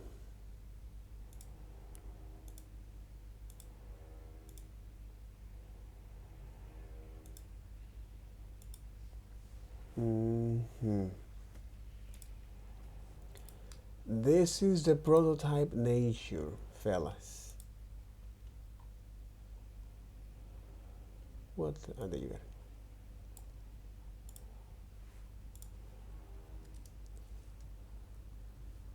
super complicated as we link more objects to more objects, as we want to save ourselves manually making this bond and instead use some keywords that automate the making of that bond. And then we've got to sort of clean up once it's JavaScript's prototypal nature. Now it's going to turn out it gets super complicated as we link more objects to more. So this is the nature of prototype. Okay. So this is the nature of prototype. Okay. Things are going to become more complicated as we link more and more objects. One. More objects as we want to save ourselves manually making this bond and instead. As we save ourselves this manually, as we save, or if you save yourself this manually bond,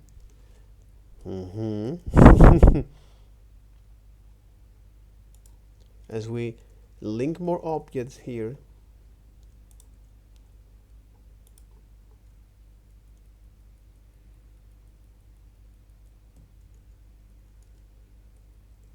we manually set this bond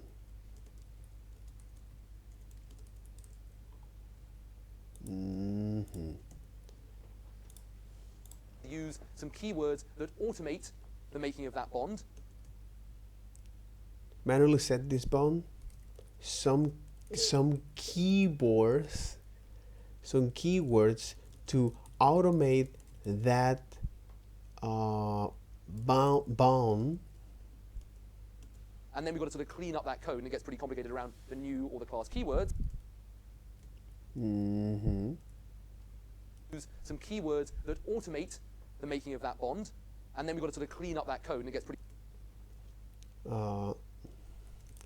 And then the cleanup process Be complicated around the new or the class keywords, but fundamentally under the hood. exactly, and then the cleanup process a little bit much more complicated with the new keyword. Okay. Hood is kind of underwhelming, almost. This is it. We're going to see nothing else today.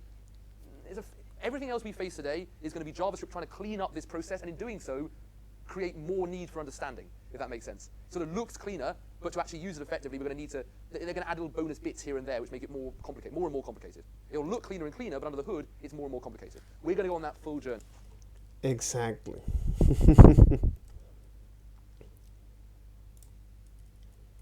So JavaScript is trying to do this process much more cleaner.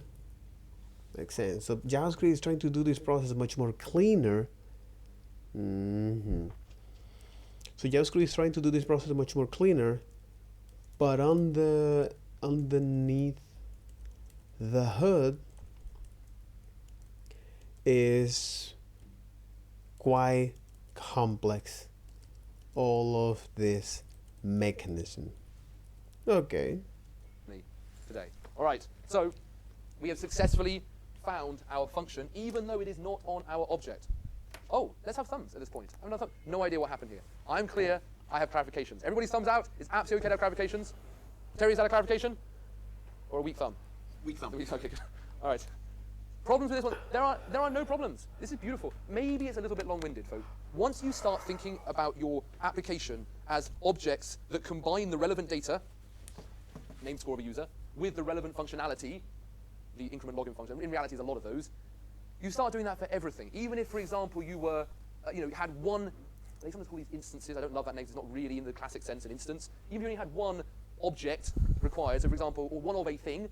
So suppose you have in your app, you have one app, right? Or one quiz game board. even if you're just doing that, you're probably still going to make it as an object to capture the data, maybe the dimensions of the board, the color of the board, whatever, and some details of it, and the associated functionality, maybe render the board. You're still going to capture that as an object and therefore create a function that will return that object out with the data and then the functionality off in some shared function store, even though you're only going to have one of them. Not like users where you may have 40 players at the same time, 1,000 players at the same time. You just may only have one of them, but you're still going to produce that object with its data and functionality together from a function. So I guess this process of handcrafting an object, hand returning it out from a function, hand making the bond to a set of shared functions, I guess that becomes a little bit repetitive. If you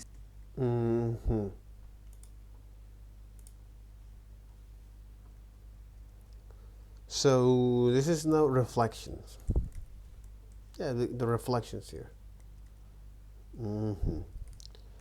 As you can see, anytime we create an object, okay, an object to represent business logic or real life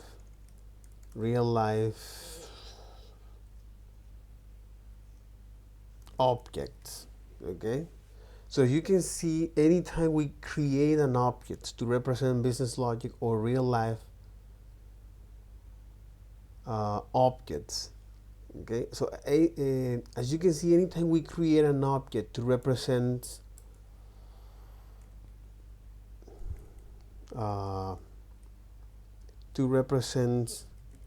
real life objects, business logic, business process, you name it, okay?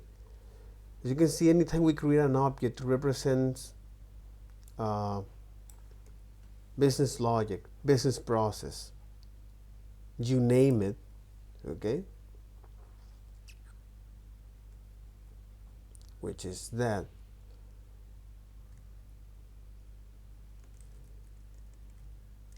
So far, we have to do this process of bundling data and functionality,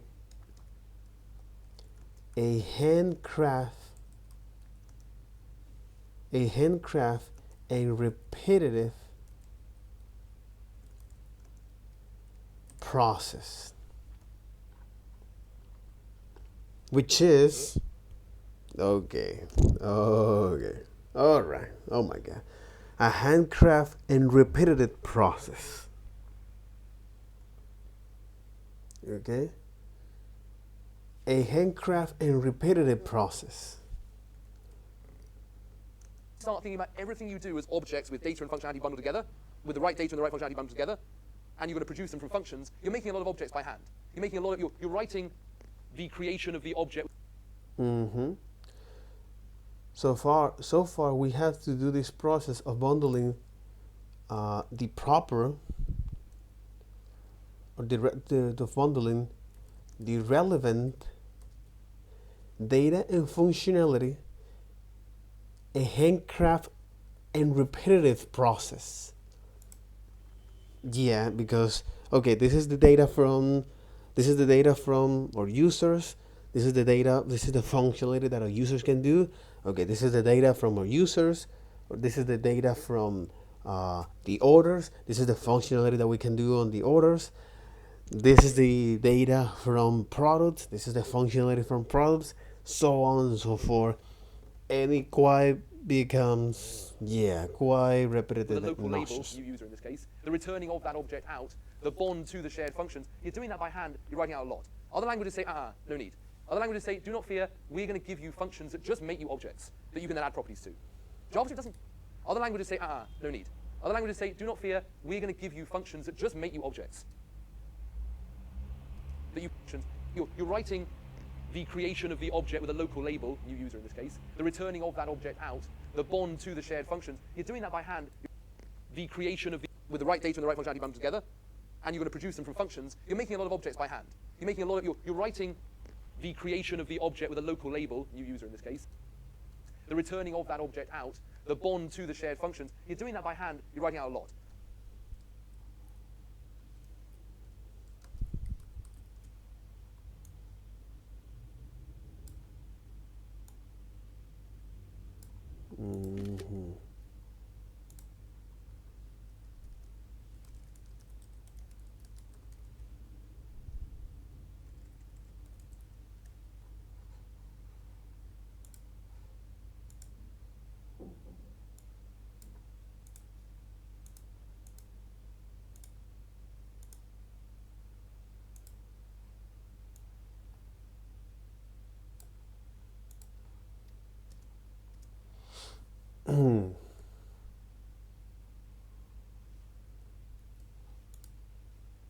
Other languages say, no need.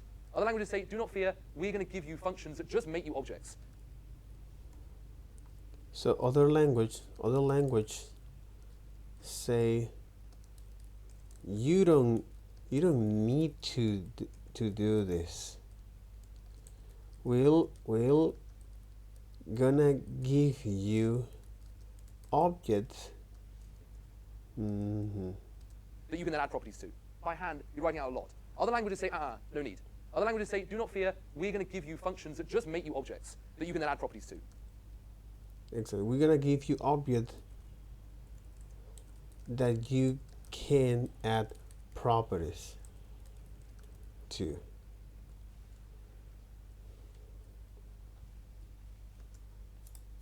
JavaScript doesn't, well, it does now. It didn't used to give us that. Instead, it gave us a keyword that did that for us. Very strange, that you can then add properties to. JavaScript doesn't, well, it does now. It didn't used to give us that. Instead, it gave us a keyword. So JavaScript doesn't do that. That did that for us. Very strange design decision, but it is what it is. It used to give us that. Instead, it said, do not fear, we're going to give you functions that just make you objects that you can then add properties to. JavaScript doesn't, well, it does now. It didn't used to give us that. Instead, it gave us a keyword that did that for us. Very strange. Exactly. JavaScript doesn't do that. Now it does, but back then, but it is a very strange decision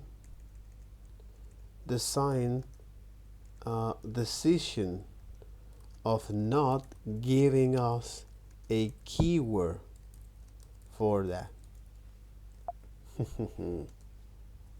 Design decision, but it is what it is. So there's no fundamental problems with this approach. This approach is the I feel like I've read some people saying this is kind of like the sophisticated approach. And in reality, this is what we're going to discover one of those keywords in JavaScript, a new keyword, actually is doing.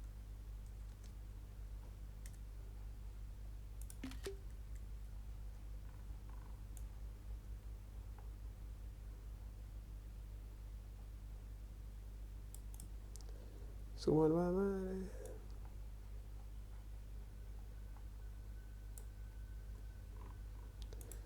okay.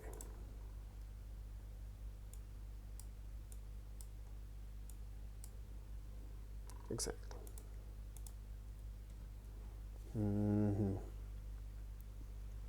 Maybe a little long-winded, maybe a little long too. And write this every single time, but it's 6 words. Super sophisticated, but not standard. Under the hood. But I guess maybe it's a little bit long-winded. You create an object every single time, you handcraft a bond to some functions every time, and you return that object every time. But it's super sophisticated.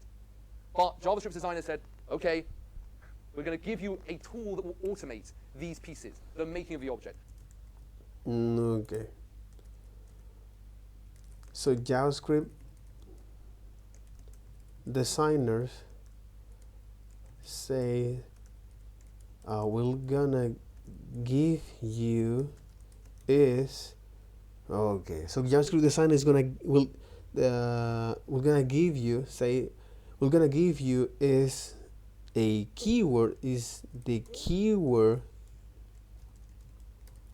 because I don't have any problem to actually write that as a way to make clearly that this is the way how the language works, especially for sharing properties or for inheritance, and be memory efficient.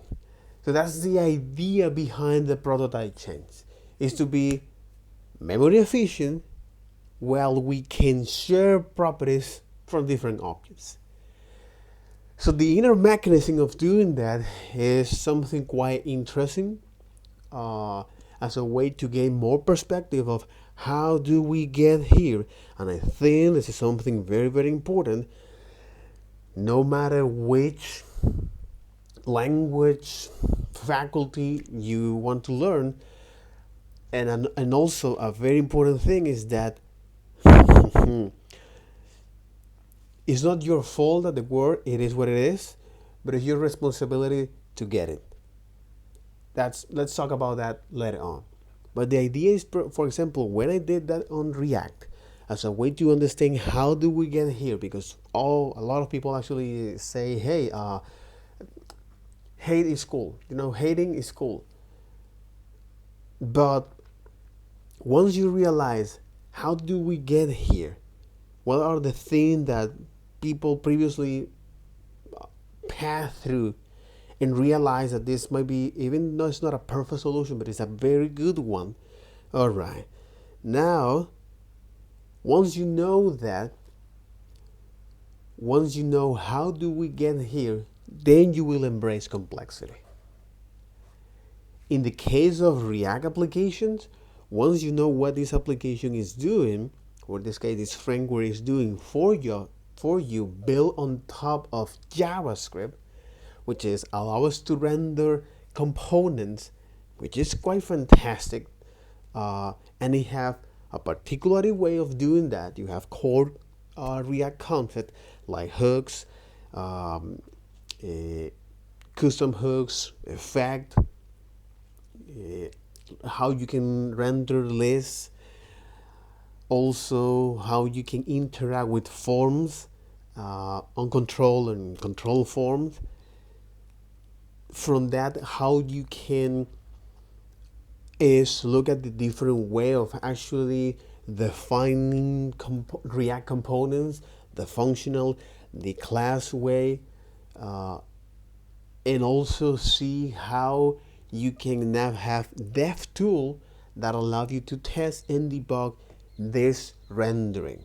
Okay, all of these components that are rendering on the browser, and also some special or React capabilities. So, for example, React router, React query, React hook forms to cover most of the common use cases, as well as the special cases like how can we create elements that are outside of the normal render tree, like models or portals. How you can now is use or define app level data through context, and how do we get to use that. Also, how you can is define errors when your components are getting rendered, like error boundaries. And what are the things that you can do as a way to write React, or as a way to write production grade React applications? So what are the things that you need to know in order to do that? So for example, custom hooks, advanced custom hooks like use ref, use ID, use layout, use callback and use memo, use reducer. What are the other tools that we need to actually learn, or we can use in React as a way to expand and allow us to write this this production grade React application, like Tailwind, what Tailwind is, what is the anatomy of Tailwind, what are the libraries that we need to install, how can we use Tailwind, how can we extend Tailwind, what are the main value proposition of Tailwind, especially for creating layouts. TypeScript? What is the value proposition of TypeScript? What is the anatomy of TypeScript? How can we now integrate TypeScript in our project and in our linter? Okay, as well as Redux. What is Redux? Why we use Redux in not context? Where is the use case to use that? How can we set up Redux? How can we make Redux much more easy to work with? Why do we need to go with RTK or Redux Toolkit for that? How can we create, for example, now data fetching, which is now part of the things that allow the language in JavaScript, especially web applications, to work and talk to the outside world of JavaScript. In other words, to talk to other computers, to actually look at data from other places, for example, your bank account, that kind of thing. So, and then some techniques that allows to write these production grade applications, like code splitting, code splitting, code or server-side rendering, transitions, and testing. So what is testing? How do we get here to work with testing? What is the main reason of testing our application? What is the anatomy of the component that allows to run those particular tests? How can we start creating our tests? What are the recommended way to write our tests? So again, all of the things that I mentioned, especially with React, okay, has been very, very good, because from that, once you know the fundamentals, you can then now scale to solve more, bigger, and better, quote, quote, problems. So that's one of the beautiful things of looking now at the language in it itself, especially with this particular paradigm that allows to write programs at scale in a professional engineering department. So with that, and in the particular case, by looking at how can we now make that happen. So how can we create our application at scale by using this paradigm in JavaScript? And they have this particular decision, or it has this particular way of defining objects, and what is an object, and how we can create objects, and how can we now share data and functionality. How can we make that efficient as possible? Why we now use something called like the prototype as a way to pass property and methods from one object to another in a way that is memory efficient, okay? And how doing that is something that is very very manually. We have to do that. This is something that is very manual or handcrafted. And how now, thanks to the JavaScript designers and the specification, they decide to make that much more automated. So you don't have to write that by hand anytime you want to create an object to build an application that's going to serve to a lot of people. That's something powerful, completely. And the ability to describe that to other seniors developers, I think this is vastly approved. And this is something that a lot of people, especially on the industry, will appreciate that. Companies will appreciate that. Even you yourself will appreciate that. That's the reason why I'm recording this series of videos. Holy moly. Can we move on Yes. Again, we move on. The crafting of the bond to the shared functions, and the returning of the object out. We're going to give you the returning of that object out, the bond to the shared functions. You're doing that by hand. You're writing out a lot. Other languages say, no need. Other languages say, do not fear. We're going to give you functions that just make you objects that you can then add properties to. JavaScript doesn't, well, it does now. It didn't used to give us that. Instead, it gave us a keyword that did that for us. Very strange design decision, but it is what it is. So there's no fundamental problems with this approach. This approach is the I feel like I've read some people saying this is kind of like the sophisticated approach. And in reality, this is what we're going to discover one of those keywords in JavaScript, the new keyword, actually is doing under the hood. Exactly. So some people describe this as the sophisticated. So some people describe it as a sophisticated way of sharing properties.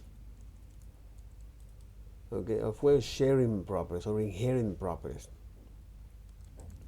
But this is what a keyword is doing for us.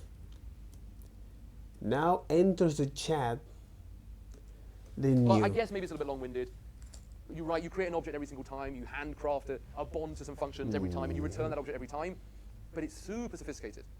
But JavaScript designers said, okay, we're going to give you a tool that will automate these pieces, the making of the object, the crafting of the bond to the shared functions, and the returning of the object out. We're going to give you a three-letter word that will automate that process for you.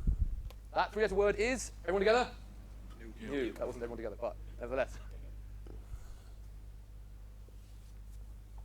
Introducing the keyword that automates all the hard work, the new keyword.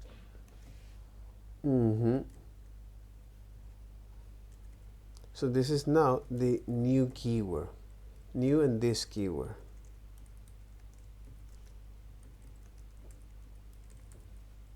Keyword.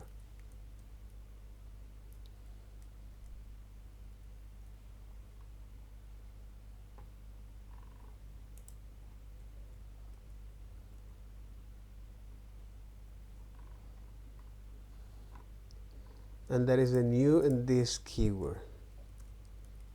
Introducing a keyword that automates exactly, introducing a keyword that automates all the hard work of creating that bound. We're going to run our function with a new keyword in front of it, inserted, and that, people, is going to automate. We're going to insert a new keyword in here. Folks, that's going to automate three major things. It's going to make our object for us. No declaring it using object.create. No. It's going to make it for us. We're not going to have to return the object out ourselves. It's just going to return it out automatically, the object it made. We're not. That's saving us some work. It's also creating some challenges. Ourselves is make our object for us. No declaring it using object.create. No. It's going to make it for us. So we don't need to create. So we don't need to use the object.create. We're not going to have to return the object out ourselves. It's just going to return it out automatically, the object it made. So we don't exactly. So we don't need to use the object.create, and we don't need to return the object automatically from our function. We're not. That's saving us some work. It's also creating some challenges. Now we need to adjust how we write the body of user creator. For example, how can we refer? Now we have to write the body.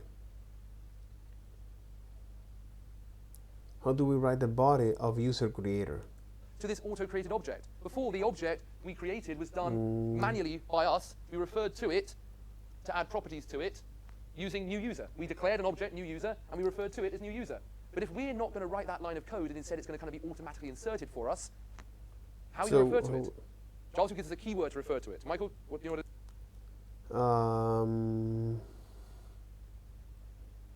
is? This. It is? Constructor?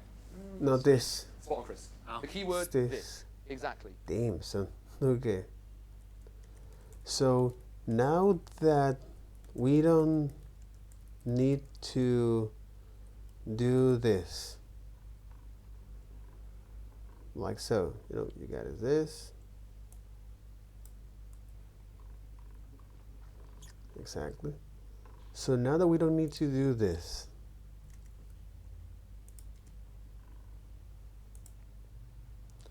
so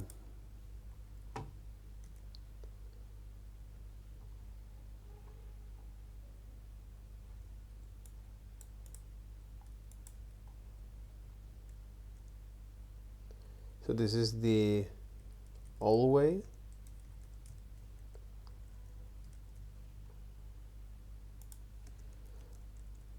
Old way of creating our bound. Okay, so now we don't need to do this.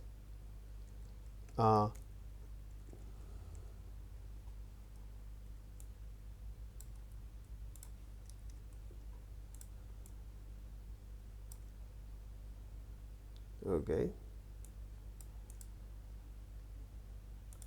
exactly. So now that we don't need to do this, oh my god, really?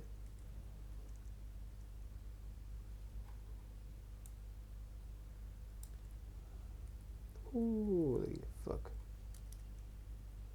So now we don't need to run. So now we don't, to run object.create, and we need to add is new at the beginning of our object creator.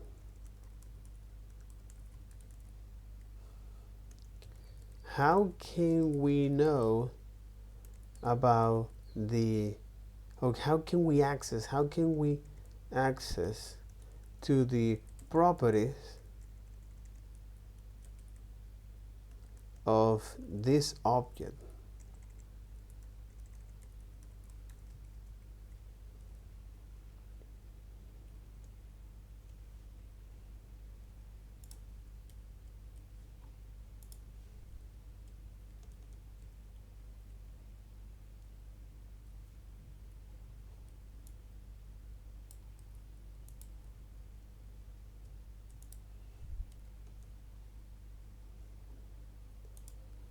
Okay.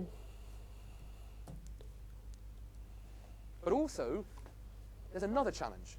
Whereas before, when we declared that object, we wanted that object not to require itself to have the functions like increment and login, but to have a link to them through what hidden property, David? Proto. Through proto.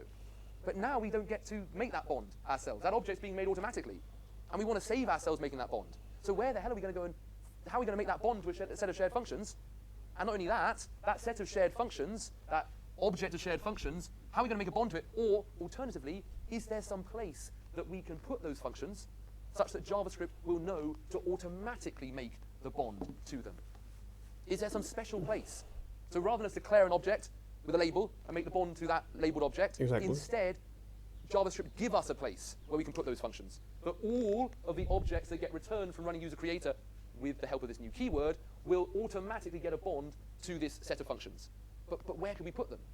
Do we need to maybe create an object called, I don't know, like same name as the function user creator and then functions or something? I don't know. How are we going to do it? Now we need to adjust how to write the body of the user creator. How can we create the auto created object? No problem. Keyword this. But how can we know where to put our single copies of the functions? Exactly.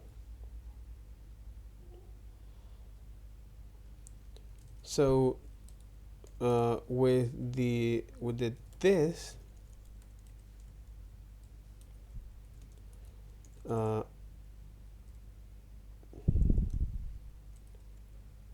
with this we can solve this problem. Okay, so with this keyword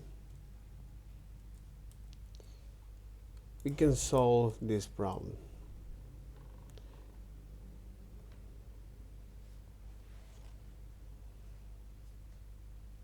However, there are some challenge.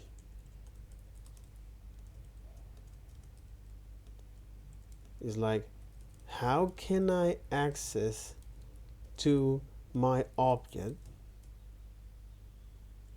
since I am not using object create, and also how can I make that link? How can I make the link that bound to other objects to share functionality? Okay, so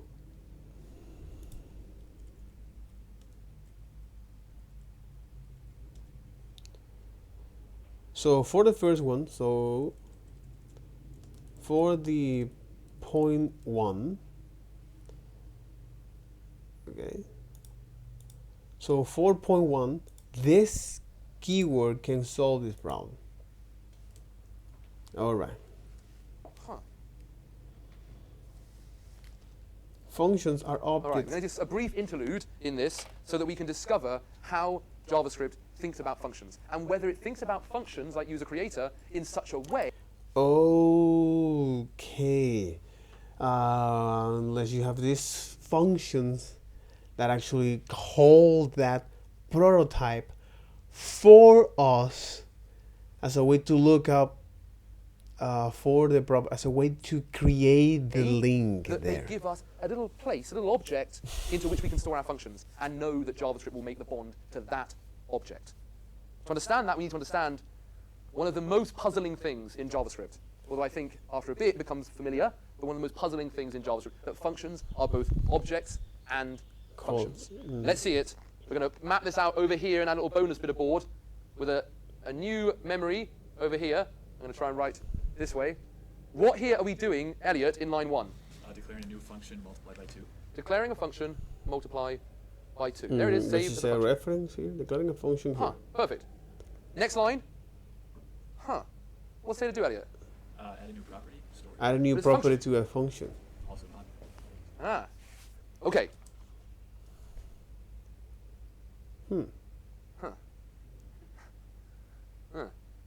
Elliot's right. It turns out that as soon as we saved with the keyword function multiplied by 2 as a function, it instantly got attached to it a whole object.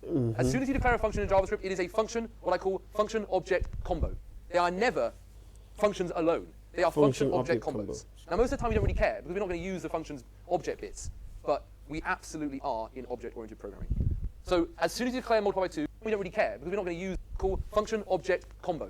They are never functions alone. They are function object combos. Now, most of the time we don't really care because we're not going to use the function's object bits, but we absolutely are in object-oriented programming. So as soon as you declare a function in JavaScript, it is a function, what I call function object combo. They are never functions alone. They are function object combos. Now, most of the time we don't really care because we're not going to use the function's object bits, but we absolutely are in object-oriented programming. So as soon as you declare multiply by 2, it is, yes, what I call function object combo. They are never functions alone. They are function object combos. Now, most of the time we don't really care because we're not going to use the function's object bits, but we absolutely are in object-oriented programming. So as soon as you declare multiply by 2, it is, yes, a function. Okay? But immediately it also is an object. And if you use what type of notation, Elliot, to get the object bit? Dot. If you use dot notation, you're going to access its object form. And we're going to assign the property 5. But maybe, Elliot, that having this object and assigning stored to it, maybe that overwrote the function part. Maybe now if we try and call multiply by 2 with the input of 3, we're going to find multiply by 2, it's an object, it's not a function. Or what? What do you think, Elliot? Can we still do this? We It's a absolutely still function. can. We access the function piece with our what symbols? How do we access the function piece, Nick? With the With the parentheses. With the parentheses. parentheses. Exactly. That does not lose us access to the object piece. Let's see in the next line Elliot, talk me through JavaScript's journey here in this next line. We look up multiply by 2 in global memory, In the global memory. and then we use dot notation to access multiply by, we find it. It's a function object combo. And what, Elliot, which bit of it do we look for when we use a dot notation? The property. We look on its object bit in its function object combo, where we find the property what? Stored. Stored, beautiful, Stored. and we assign to it. Oh, So we'll be they're here for the looking at access, the number object 5. combo. So this is what actually happens when we define a function. In fact, over here, when we declared user creator earlier, here's what we actually declared. A function object combo. A function object combo. An object. A function. An object. Oh, this reminds me of that bit in when Steve Jobs launches the iPhone. I don't know if you've watched that many, many times. An object. It reminds me of that bit. An object. A function. An object. Oh, this reminds me of that bit in when Steve Jobs launches the iPhone. I don't know if you've watched that many, many times. Exactly. It's like, what in the F, man? Oh, this was mess. This must have when Steve Jobs feel when he launched the iPhone. It's like, everybody's like, oh my God, I get it. It's because it's like, why? And a lot of you people will ask you, it's like, why? Don't panic. Take it easy. You're going to see that. Why is that? Oh my God. An object. It's slightly more underwhelming than the launch of the iPhone. I think I got some slight delusions of grandeur there. An object.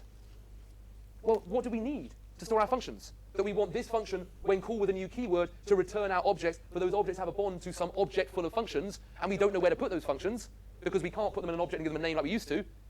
What if we got a function object combo, what if they were? Now, actually what it turns out is when you declare a function, in other words, a function object combo, you actually get in that object automatically a property. Can anyone figure out what that property is? Seth, can you figure out what the property is? Prototype? Prototype. It is just Exactly. a regular property, people. It is Exactly, because anytime you create an object, it will have assign some hidden properties, all right, as well as some hidden object internal methods. Now this is getting into the rabbit hole on JavaScript. So we get is this property, okay, as well as the inner behavior. So the data and the behavior of these objects. And because functions, after all, they are objects, okay? So this is what we call is functions are a combo function objects, okay? They are callable. So they are a special type of objects. They are callable objects. Oh my God. Functions are objects and functions. But to solve the second one,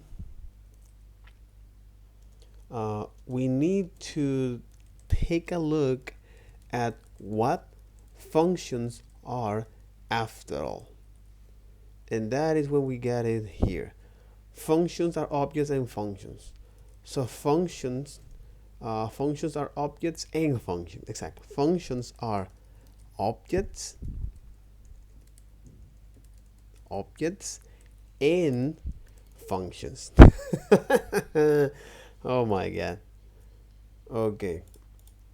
So functions are a special type of objects, callable objects. So when you can call these objects here, so one way of this, you can now have this. Okay. So anytime you run this, is not only set the mechanism to access the data, but also because functions, after all, they are a special type of objects, callable objects. It now has this hidden property called prototype. Okay, that is when you had is data from or properties from these objects, and also the proto as well. Not, you've heard the phrasing 1,000 times from developers, you know, the objects, the function's prototype, as though it's some special thing. No, it is the function in its object form of its function-object combo, property, prototype. It is nothing more magic than that. It is a regular property on the function in its object format, you know, the function-object combo.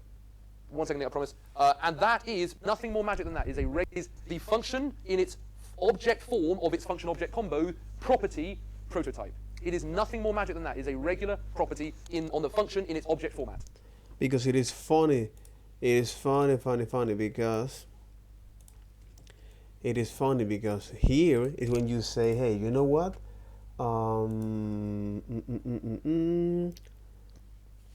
Because when you create an object, like say object literal, say I have cons, say new object, because I don't have creativity right now. I just want to take a look at what this new object has. So if we take a look at the prototype, exactly, prototypes on objects doesn't exist. Prototype on object doesn't exist, my friend. Prototype is a property from the functions, which is a special type of objects, which means that now when you say new object function, and you say, hey, this is a function that's going to output this console log. Hey,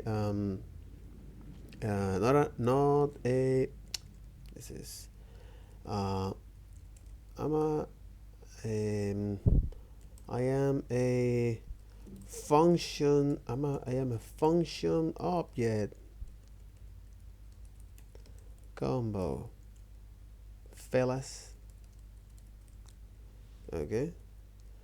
So when you create or in this case, when you assign to a variable, so when you assign to a variable or cons a function here, which is a special type of objects because it is also callable, all right? This object, when you take a look at the specification, though that the prototype only belongs to functions. Let me see if I don't lose my mind. All right, there you got is prototype property, where here is when it's going to have the object side of this function, which now holds is a constructor, a prototype, okay, and a prototype that will have several properties that are defined only in functions, as well as the prototype, which this must point to an object, exactly, which is where it inherits all of these shared properties. Where this is inherent is the for example here, where is inherent, and this is null. Where is inherent is the properties like the has own property, is prototype, which is our special properties or hidden properties from objects. Oh man. Oh man, oh man, oh man. Damn it, bro. And then you have the constructor.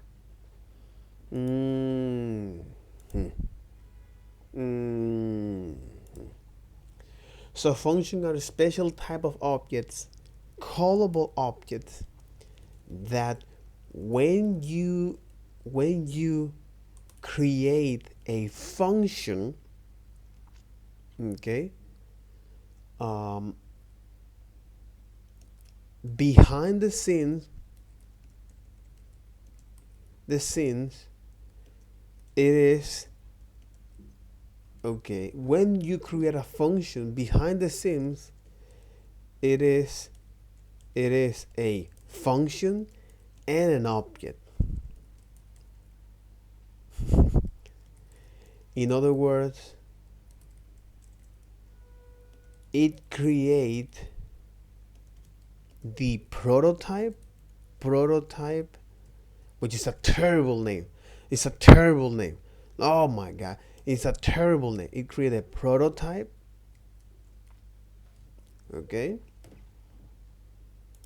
You know, the function object combo. 1 second, I promise. And that is automatically an object. And it's actually this big old empty object here that we might want to use.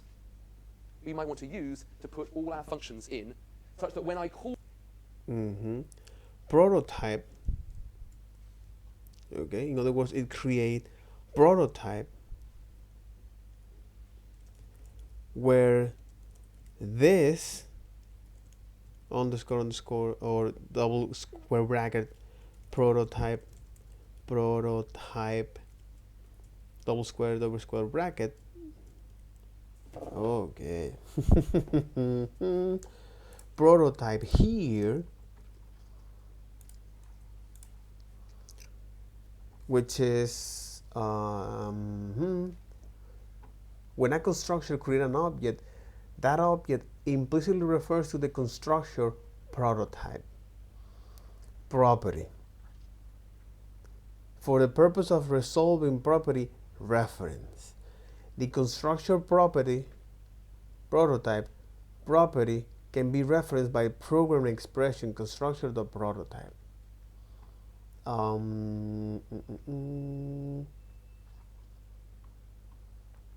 Construction function object that creates and initialize objects here. For example, here, this is the call, the constructor here. Blah, blah, blah, blah, blah.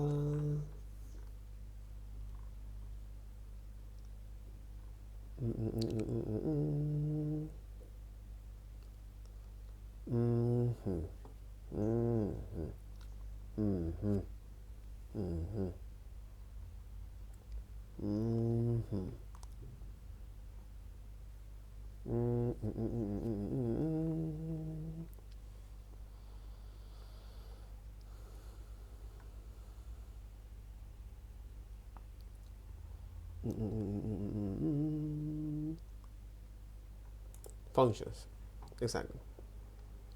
Member of an object type that may be invoked as a subroutine.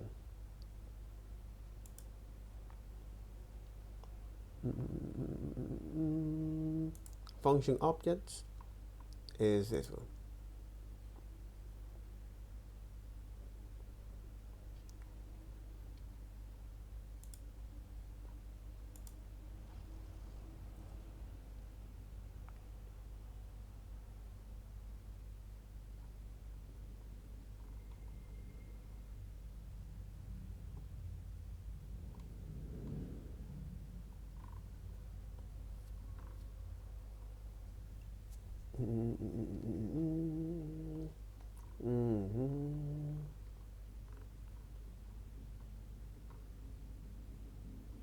For example, here with functions,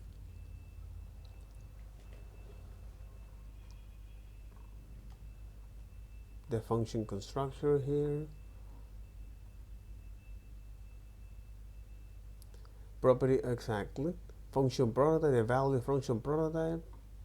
So it's this property of the function constructor. The function constructor is in itself a built-in function object, has a prototype internal slot whose value is a function prototype, and has a property whose value is 1. It has the following properties. Function prototype, there you got it. Okay, I think it's this one. Permalink, that's right. Prototype spec, function prototype. Holy moly. So where this prototype, okay, is a property created from the function constructor, okay, that will hold is a reference,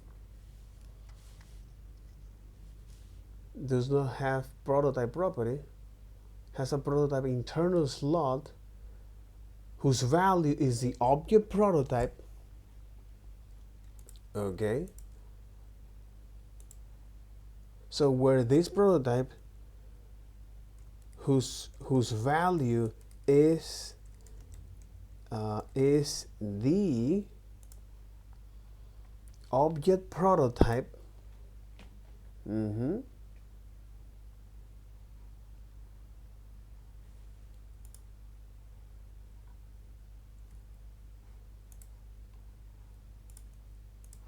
whose value is the object prototype, okay,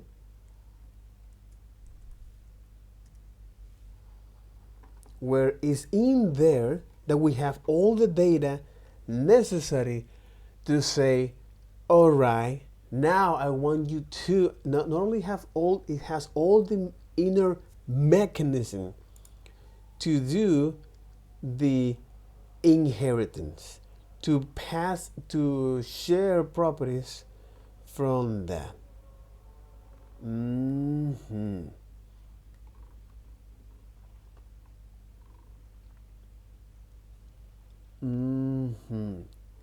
Is object prototype, okay.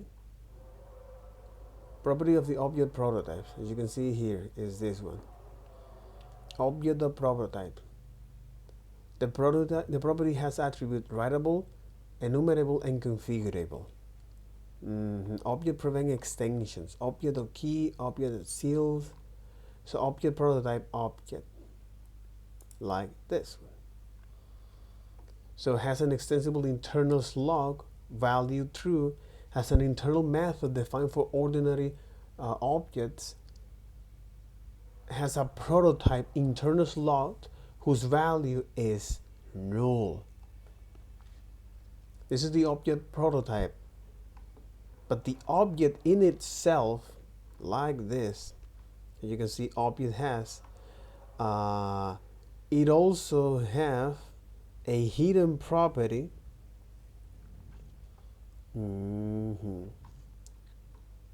This is the property of the object constructor.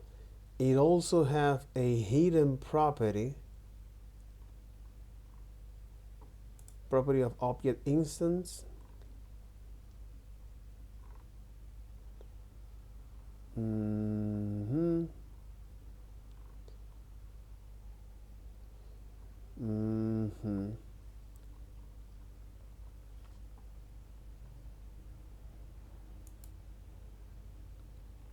Of the object instance, like this.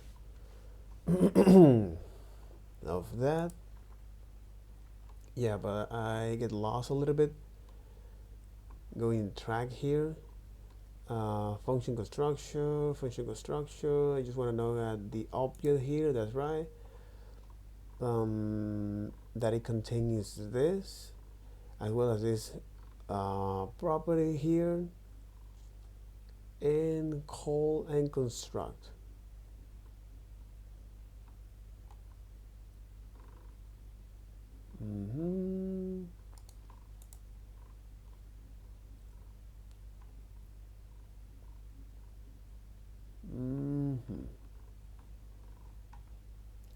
The object type here,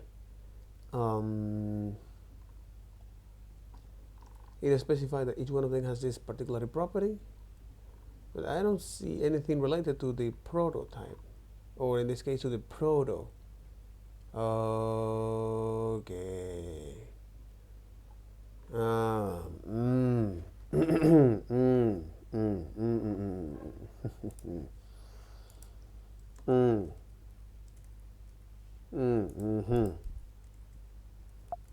Exactly.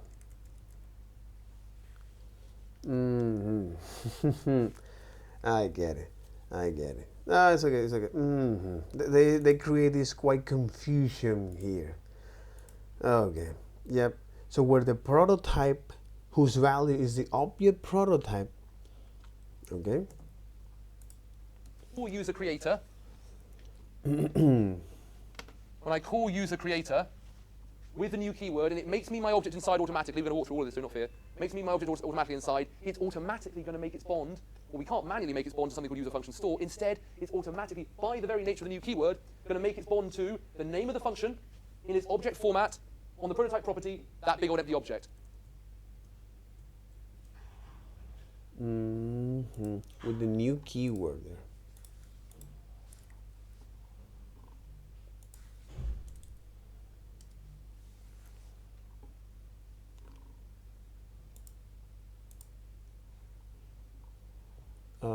Nope, new target.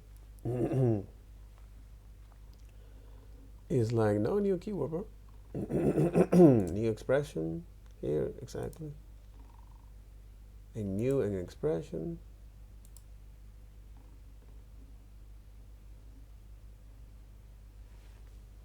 Okay, with the new, we take a look now at the new ambient docs here.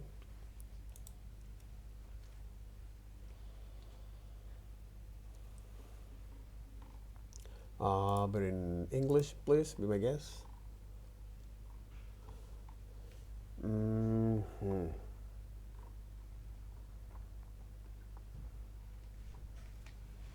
the new operator lets developer create an instance of a user-defined object type or of one of the built-in objects type that has a constructor function.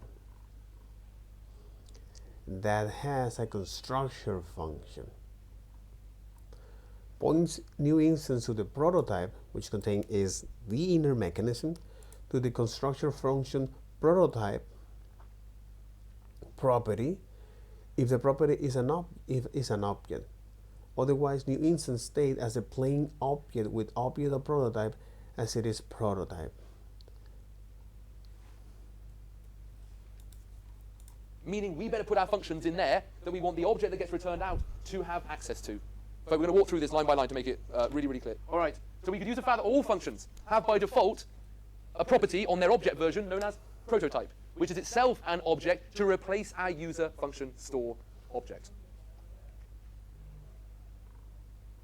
And now, folk, we're going to start to see the more standard approaches, but we're building up to them from how they're working under the hood so that we're properly able to debug them, that they're not mysteries. And by the way, so we're probably able to answer questions in sort of senior dev interviews so that those of us who are always aspiring to senior dev, why wouldn't we, have the knowledge under the hood of how these things work. All right, line one. Terry, my friend, what are we doing in line one? Okay, new keyword and share function with prototype. Exactly. So we are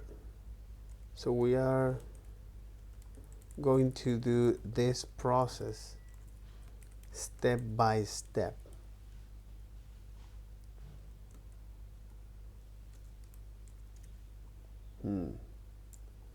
That makes a ton of sense.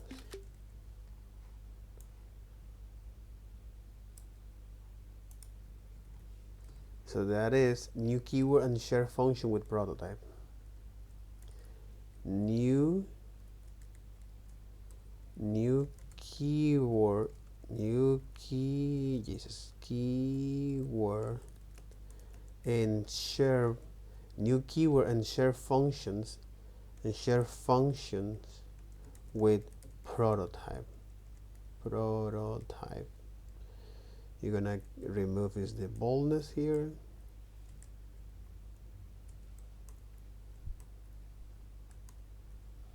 And make it a title here. Yep.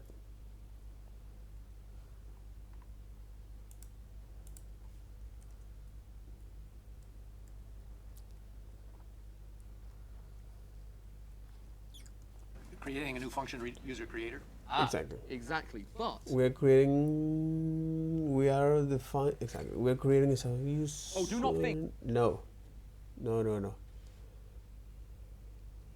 No, it's user creator the prototype increment. because it's got a capital letter. It is anything except for a regular function. I actually meant to take the capital letter off. It is just a regular function. No different.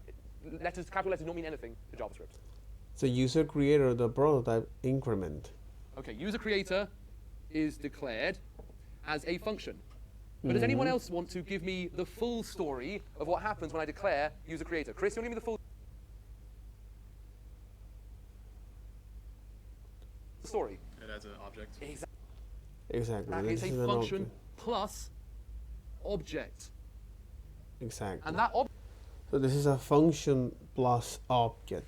object has by default Exactly.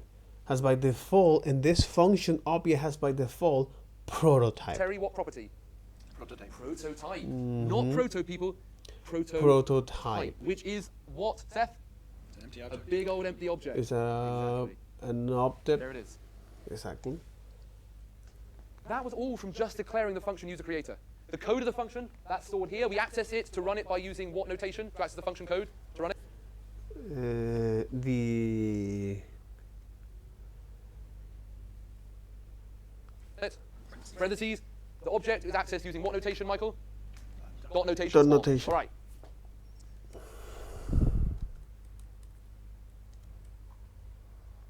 so.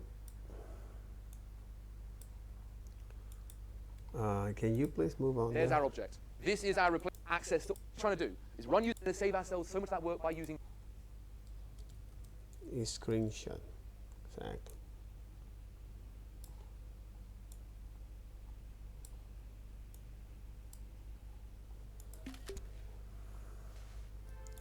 what keyword that's going to automate a ton of that work, Seth? What keyword?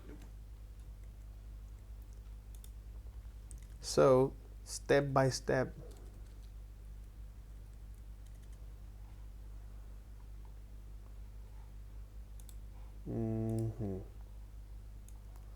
So step by step is this one.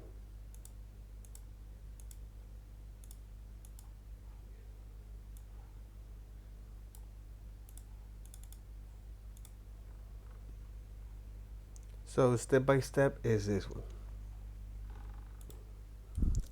So first we are creating a user creator function object. Okay, function object. Anytime you look at function object, function object, function object, function object. Okay, a user creator function object that has a built-in property called prototype. Yeah. Building prototype. Okay. That initially, okay, where initially is an empty object. Okay. New exactly is going to automate a ton of that work. Let's do it. But before we actually create our individual object with the data of user 1, which is hopefully going to be either a 9, we're going to need to make sure we've stored the functions we want that user 1 to have access to in our new auto-designated place. Elliot, remind me, what is our automatically designated place to store the functions we want any object that comes out of running user creator to have access to? The prototype, the proto, the dunder proto. The prototype. Property of the, let's be really explicit, the prototype property, which is an object, Exactly. The prototype object is an object of the user creator function object combo. of the user created combo object. Good. Because we've all said, probably many of us, many times, well, we'll put it in the prototype. But what is this mysterious thing? It is that. So the prototype is where you put all of your properties for this object function, from this object function. Okay, Elliot, Okay. So prototype, okay, is the place where. taught me. Good. Because we've all said, probably many of us, many times, well, we'll put it in the prototype. Object, a running user creates new auto-designated place. Elliot, remind going to need to make sure we've stored the functions we want that user 1 to have access to with the data of user 1, which is hopefully going to be either a 9. We're going to need to make sure we've stored the functions we want that user 1 to have access to in our new auto-designated place. Elliot, remind me, what is our automatically designated place to store the functions we want any object that comes out of running user creator to have access to? So the prototype is a place where we store all of our data or properties, okay, from creating a function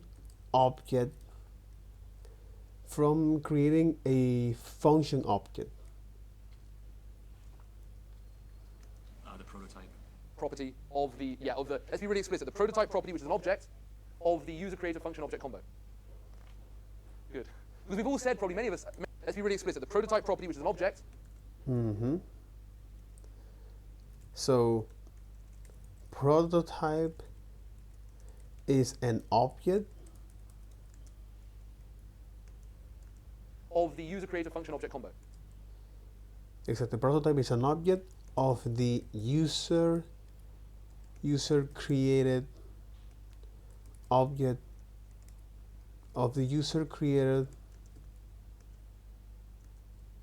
The prototype.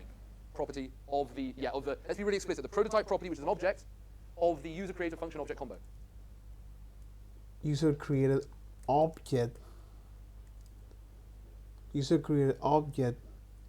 object function combo.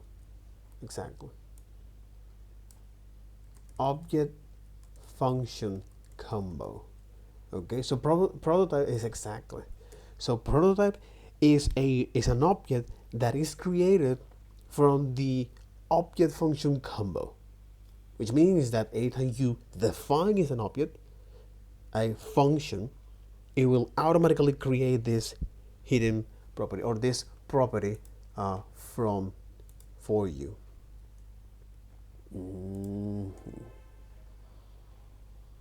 Which is here. Put it in the prototype. Good. Because we've all said, probably many of us, many times, well, we'll put it in the prototype. But what is this mysterious?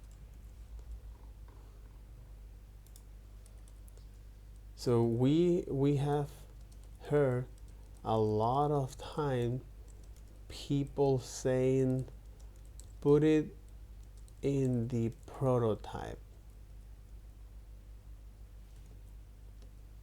Thing. It is that. Okay, Elliot, talk me through this demanding line here, user creator.prototype.increment. Talk me through the sort of assignment process here. What's JavaScript look for first? Okay, Elliot, talk me through this demanding line here, user creator.prototype.increment. Talk me through the User creator prototype increment. sort of assignment process here. What's JavaScript look for first? So, okay. So it's now going to, in this case, it's a I'm going to create is a object. So based on this object based on the function object user creator that has a prototype inherently, that has a prototype prototype property created by default. Now we're going to add increment to the prototype to store that and assign this function for us. It looks for the user creator object. Beautiful. Yep. And then the prototype property of the user creator. And then up to the prototype, which is something that is created from the function object combo. Creator object. Yeah, well, the function object combo is its object version. We find the prototype property, which is an object. An object. And we look, I guess we assign to that object Increment. Fantastic, which is Function. a method, a function, exactly. Which is a There it function. is, stored. Beautiful. And the next line, raise your hand if you want to have a shot at the next line. Susie, you down to the next line? Yes. Which is an object. And we look, I guess we assign to that object Increment. Fantastic, which is Function. next line.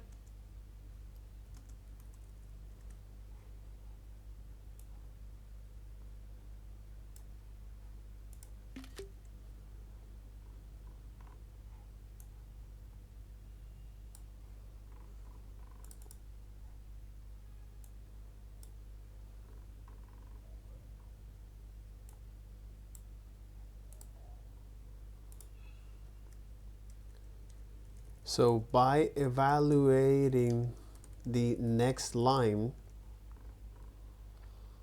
which is the user,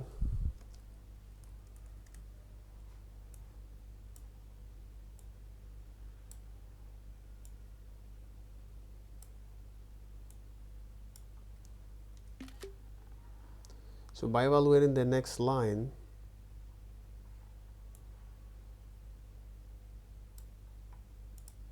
here, okay, so by evaluating the next line here,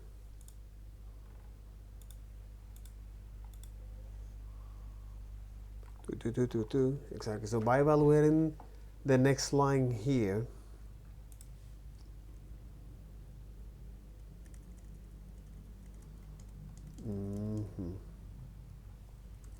in memory, so JavaScript will do this, is create the, like so, so create the user, okay, so create user create, which is an object here, from that, okay, so it's say user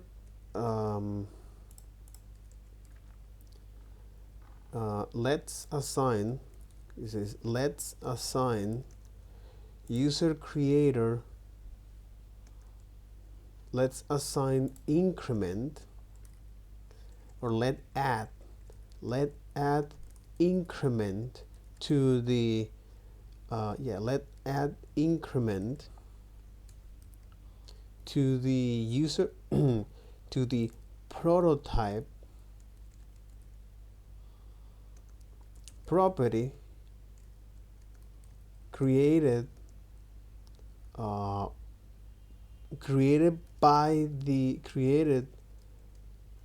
from the object function combo, okay, so functions are special type of objects, callable objects, okay, makes a tons of sense, makes a tons of sense, okay. Yes. We're on the user creator one. Perfect. So we're looking at user creator in memory. And then we're using prototype to get the function object combo.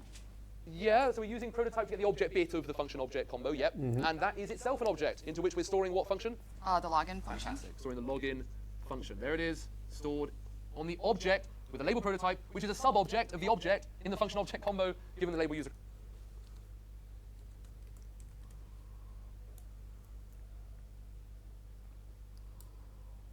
The same for the second line.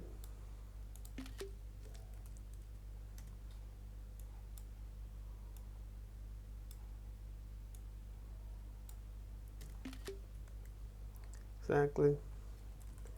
The same for the second line, which is screen now is okay. The same for the second line, which is now this one.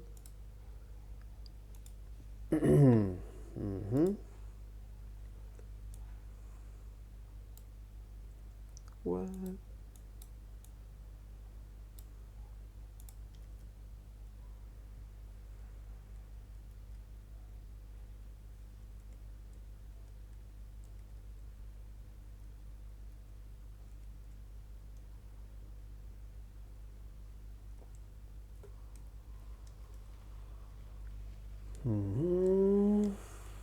Come on. Screenshot here.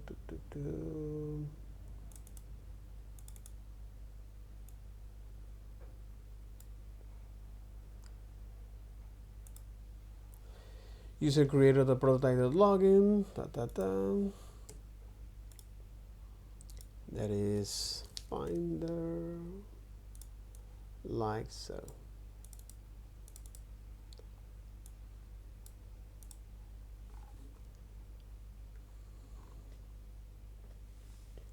Okay. Creator.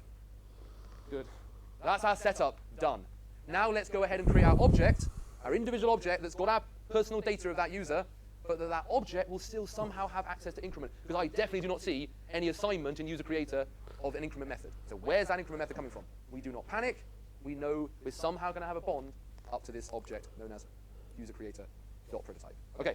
All right. Let's go left-hand side. What are we doing? Nick? We are declaring the constant Beautiful. There it is. We're declaring a constant and we are user1 assigning and a new assigning user creator function to it. and We run never assign functions to. and run a or call a keyword new to run this function. Stuff. That right-hand side is an unevaluated statement. It's like saying, hey, we don't yet know what to store in user1. So user1 will be uninitialized for now, while we go and do what, Seth? Creating a new Statement. It's like, New. We are declaring the constant user1, beautiful, there it is. and then we are assigning a new user creator function to it. We never assign functions to stuff. That right-hand side is an unevaluated statement. It's like saying, hey, we don't yet know what to store in user1. So user1 will be So this is an evaluating statement here. uninitialized for now, while we go and do what, Seth? So first we initialize and then we evaluate that. Remember that. The next line which is this cons user here, which is cons screenshot here, so cons user here like so. Okay, so the next line is the finder here. So the next line here on the finder we got is this. Oh, and that makes a lot of sense. Yes, the next line is this. God damn. So first we declare, and whatever is on the right side is an evaluation. Exactly. So first we declare, and whatever is on the right side is an evaluation. So here we are saying declare store make a space here. It's gonna make space here in our memory. Declare the user1 as constant, okay, which is reserve space in memory for this. Okay, for this. All right, the reserve space in memory for this, and then evaluate the new keyword, and evaluate the new keyword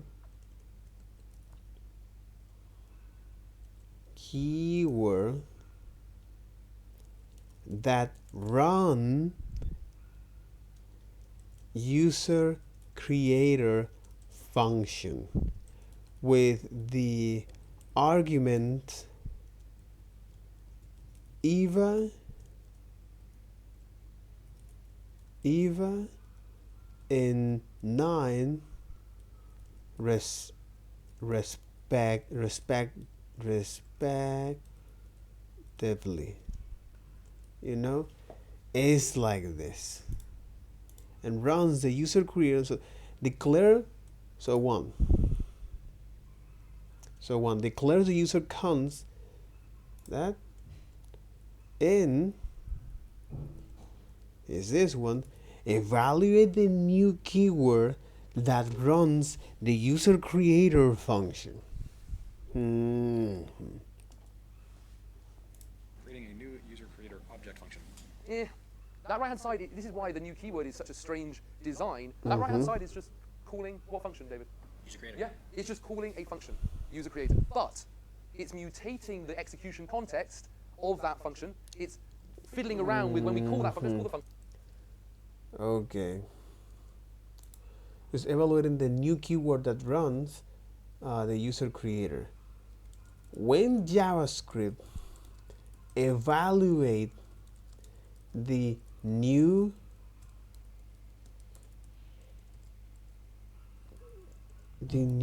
keyword, exactly. When JavaScript evaluate the new keyword, all right.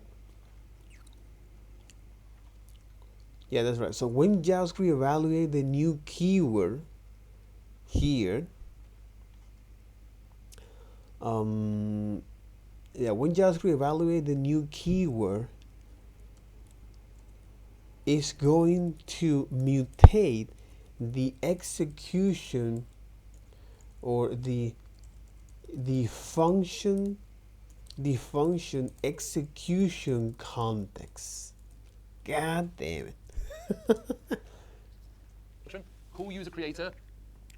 Just like any other function, we call user creator and we assign our arguments to our parameters in here, and we create what? We create a new execution context. There it is. Beautiful.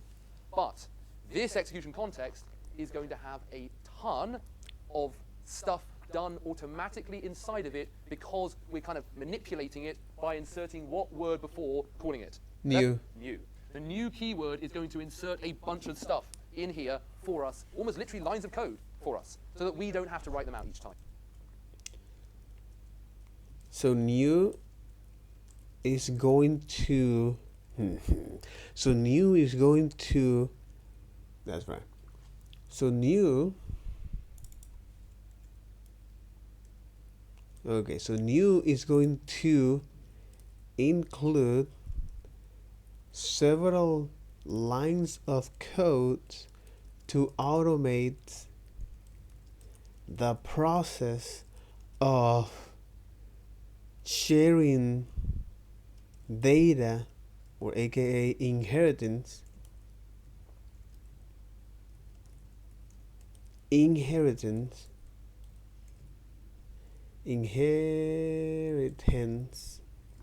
okay, to automate the process of sharing data, aka inheritance, okay, inheritance.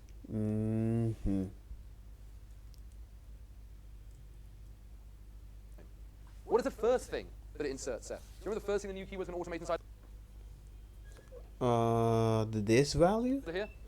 The this assignment to To an empty an object. empty object. Spot on. Well done, Seth. Exactly. Before we do that bit, though, there's one other thing we've got to handle first. Nick, what do we always handle first when we call our functions? The We enter this into parameter. Context. We assign the arguments to the parameters. Fantastic. The arguments, the Exactly. We assign the arguments to parameters. parameters. The argument either is assigned to parameter name. The argument 9 is assigned to the parameter score, and then The this the keyword. this starts to take keyword, over. man. Everything in blue, people, is not done by us. It is done by us only indirectly by us using the new The new keyword. keyword. So thing number 1 it does, create an empty object and assign it to this. We want to save ourselves having to make the object for, we're only running user creator to make an object and stick some properties in it. So if we're always running it with to create an object, why not Oh, let me. save ourselves the work of declaring the object? Why not have a function that does it for us? Well, JavaScript didn't do that. Instead, it gave us a keyword that does it for us, the new keyword that mutates the execution context of user creator. It changes it, and automatically in the local memory creates a big old empty object. But we've got to stick stuff in it. We've got to write code to stick stuff in there. How do we refer to that object, Nick? This With the keyword. With the keyword That this. object is given and assigned in the local memory the label this. Fantastic. Okay, and now, and this object, we're not going to attach an increment property directly, so we need it to have access to this object over here. What's the next thing the new keyword automates for us? Terry, you got an idea? Is running the. Okay, is the creation of this prototype combo object? Okay. prototype? Puts in a method prototype? Not prototype. Do you see why it's such a Proto. confusing proto? A hidden property, proto, double underscore proto, double underscore, Okay, Which so it create the links is a to reference, that. a link to this object. So what would actually be, what would if we were to console log this, press a little down arrow to see the hidden properties on this object, we would see underscore proto underscore, and then we would see the words, well, what words do we see, Seth, exactly? Increment and login. Yeah, but they're not directly saved here. The we'll see is the user creator. Would we see, what object would we see labeled here to say to JavaScript, User go look over there? User creator. User creator. creator. Well, that object is this one here. That doesn't have any increment login property. So exactly what object is it, David? That property. Dot prototype. User creator dot prototype. So why we can't put the functions directly in the functions object version? Nobody knows. That's prototype. So why we can't put the functions directly in the functions object version is this one here. That doesn't have any increment login property. So exactly what object is it, David? That property. Dot prototype. User creator dot prototype. So why we can't put the functions directly in the functions object version? Nobody knows. No, that's not true.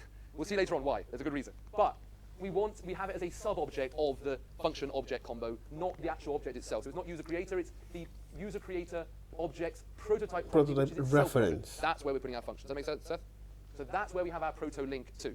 And that means this object, when it gets returned out into user one, its little reference, its little proto thing is going to link up to a whole bunch of functions stored in that object. How perfect. All right. Now, finally, we finished with our blue pen, our new keyword stuff. So this is the new keyword stuff that it's doing behind the scenes. It's not only assigning is the value of this property to an object, but also is the object itself, the prototype, is now linked to the prototype. So the proto is a reference, which always the proto always holds a reference. So the proto holds a reference is now to the prototype. This store when we can add property and methods to our object functions combo, to our functions objects. And we hit our work again. What does our work say to do, Elliot? What do we write to do inside of the user creator function call? Assign a property name Beautiful. To the to the auto created this object, and we're assigning to that name property, Eva. which is our argument under the parameter name. Who wants to give a really complete description along the lines I was doing there of the score assignment? Nick, go ahead, my friend. Okay.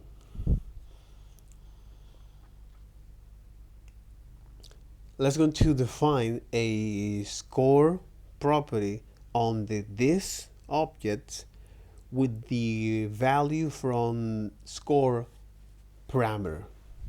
So the property name of score will get assigned the argument of 9 Fantastic, but where is that property score stored? in the this object. In the auto-created this object, exactly. Perfect. Good. We have our full object. Name Eva score 9, and it's got a link to a set of shared functions. But it's stuck inside of our user creator execution context. I don't want it in there. Where do I want it, Michael? User In user 1, but I don't see any return. What do you think the final thing that the new keyword saves us doing, Michael?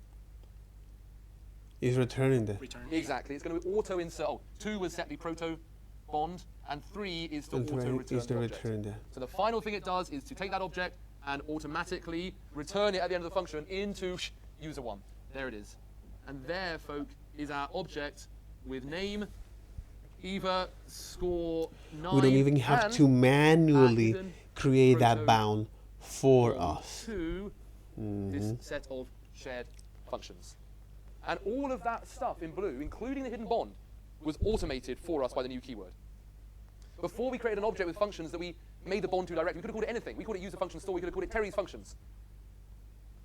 Good name. Terry's functions. For whatever we want to call it. As long as we made the link manually, object.create, and pass in Terry's Okay, to pass functions, in then the link would be off. But now we're not going to do that ourselves. So now we need a go-to place, a place that JavaScript will automatically set the proto link to, make our And it's object going have to the link to automatically with the help of the new keyword, create and the it always inheritance makes for the us link as well as providing is the value to this for the object that we are creating and return the Two, object. the name of the function that's being called with a new keyword in front, the name of the function in its object format, the prototype property of that object format, which is an object, and we better put our functions there, which is what we did. Because now we know that that returned out object will automatically have made a bond up to there. Okay, folks. So, user1 is now our object, no increment method on it, but it has our data, and it has a bond to a shared set of functions. Can we do our all-important check? Which Let's is see. the increment. Chris, what is our all-important check? Why am I even doing all of this? I want my data and my Your functionality bundled together. bundled together, exactly. Let's see. Chris, but it has our data, and it has a bond to a shared set of functions. Exactly. This is the core of this object-oriented programming. It has a data, and it has a bound to all of the core functionality. Can we do our all-important check? Let's see. Chris, what is our all-important check? Why am I even doing all of this? I want my data And the functionality Your functionality bundled, bundled together, bundled exactly. together. known as encapsulation, so that I'm not puzzled. Now, JavaScript, by the way, does not implement strict encapsulation. That means I can still access data and functionality on objects flexibly, but I want to be able to know that my increment function is right there available to me on my user1 data. Well, let's see if it is, because I'm pretty sure it's not on the object itself. So let's walk through the lookup process, Chris. User1, where do we look for it? So you're gonna take a look now at the prototype. No, this is an object, exactly. So you're gonna take a look now at the current protos. You're gonna take a look at the current prototype. You're gonna take out the object. Find the if one of these key contain is the increment. Does not. Let me take a look at now at these. Let me take a look now at the reference from the Dunder proto Dunder to see if that contains, if that links that I'm pointing to the prototype contains is this increment function. And we check that, then we get it. Is it is? Yes. We find it. We look for the. Do we find it? We do not. Do we give up? What do we? Yeah, we look at in the proto, which is a link to the prototype object on the user creator object. Yeah, or the user creator function object combo, where we find. Beautiful, fantastic, Chris, excellent. So we are happy. And this, in the end, is we're going to discover solution 4, which is our ES 2015 approach. Doesn't really do much more than this. It just 2015 approach. gives this function object combo a fancy new name. Anyone know what that fancy new name is? Approach doesn't really do much more than this. It just gives this function object combo a fancy new name. Anyone know what that fancy new name is? New. That's all it's going to be. Much more than this. It just gives this function object combo a fancy new name. Anyone know what that fancy new name is? The prototype. Class. Ah, That's all it's going okay. to much more than this. It just gives this function object combo a fancy new name. Anyone know what that fancy new name is? Class. That's all it's going to be. Classes. They provide this fancy combo here as classes. Under the hood, it's a function object combo. Nothing's going to change. Of course, it's not going to change because it's quite Benefits of this freaking approach. hard to do that. Yeah, it's fast to write. And still fairly typical practice in professional engineering. And we're actually going to see Okay, faster to write, still typical practice in professional code. that when we want to create what's called subclasses, these approaches, including solution 4, are definitely cleaner to write. But the downsides, 99% of developers fail interviews because they have no idea how this is working under the hood. And by the way, it's not a great design. We have to uppercase that function up there to let other developers know, you see uppercase the first letter, to let other developers know, hey, this function needs the new keyword to be run, to work. Otherwise, if I ran user creator without the new keyword, it's referring to a this that hasn't been auto-created. It's referring to an object by the name of this that hasn't been auto-created. So what would that this refer to, Terry? It's referring to a this that hasn't been auto-created. It's referring to an object by the name of this that hasn't been auto-created. So what would that this refer to, Terry? Needs the new keyword to be run, to work. Otherwise, if I ran user creator without the new keyword, not a great design. We have to uppercase that function up there to let other developers know. You see, uppercase the first letter to let other developers know. Hey, this function needs the new keyword to be run to work. Otherwise, if I ran user creator without the new keyword, it's referring to a this that hasn't been auto-created. It's referring to an object by the name of this that hasn't been auto-created. So what would that this refer to, Terry? Oh, it could refers to whatever it was called. Oh. Don't know. Basically, exactly. That would be nice, but it doesn't. To whatever it was called, man. And to whatever it was called is not the object that we want to create. You know what it does refer to? The global concept? It refers to this weird old thing called the window object or the global object, which Or whatever it's being called. has everything in JavaScript stored on it. So if you went to it, so the this in global, it refers to the global window object, or in Node, what's called the global object, which has every feature of JavaScript stored on it, and you suddenly now will have a name and score property on it as well. That is a bad design decision, in my view. That feature of JavaScript stored on it, and this in global, it refers to the global window object, or in Node, what's called the global object, which has every feature of JavaScript stored on it, and you suddenly now will have a name and score property on it as well. That or has everything in JavaScript stored on it. So if you went to it, so the this in global, it refers to the global window object, or in Node, what's called the global object, which has every feature of JavaScript stored on it, and you suddenly now will have a name and score property on it as well.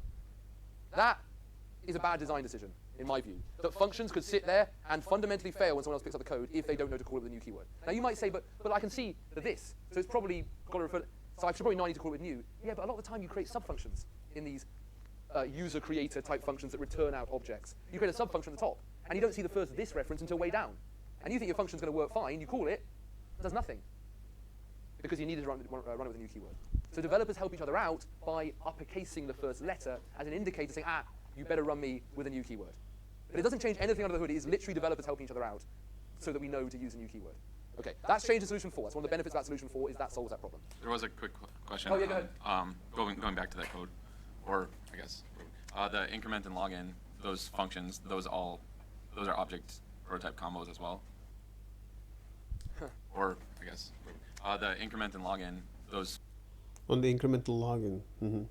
functions, those are object prototype combos as well.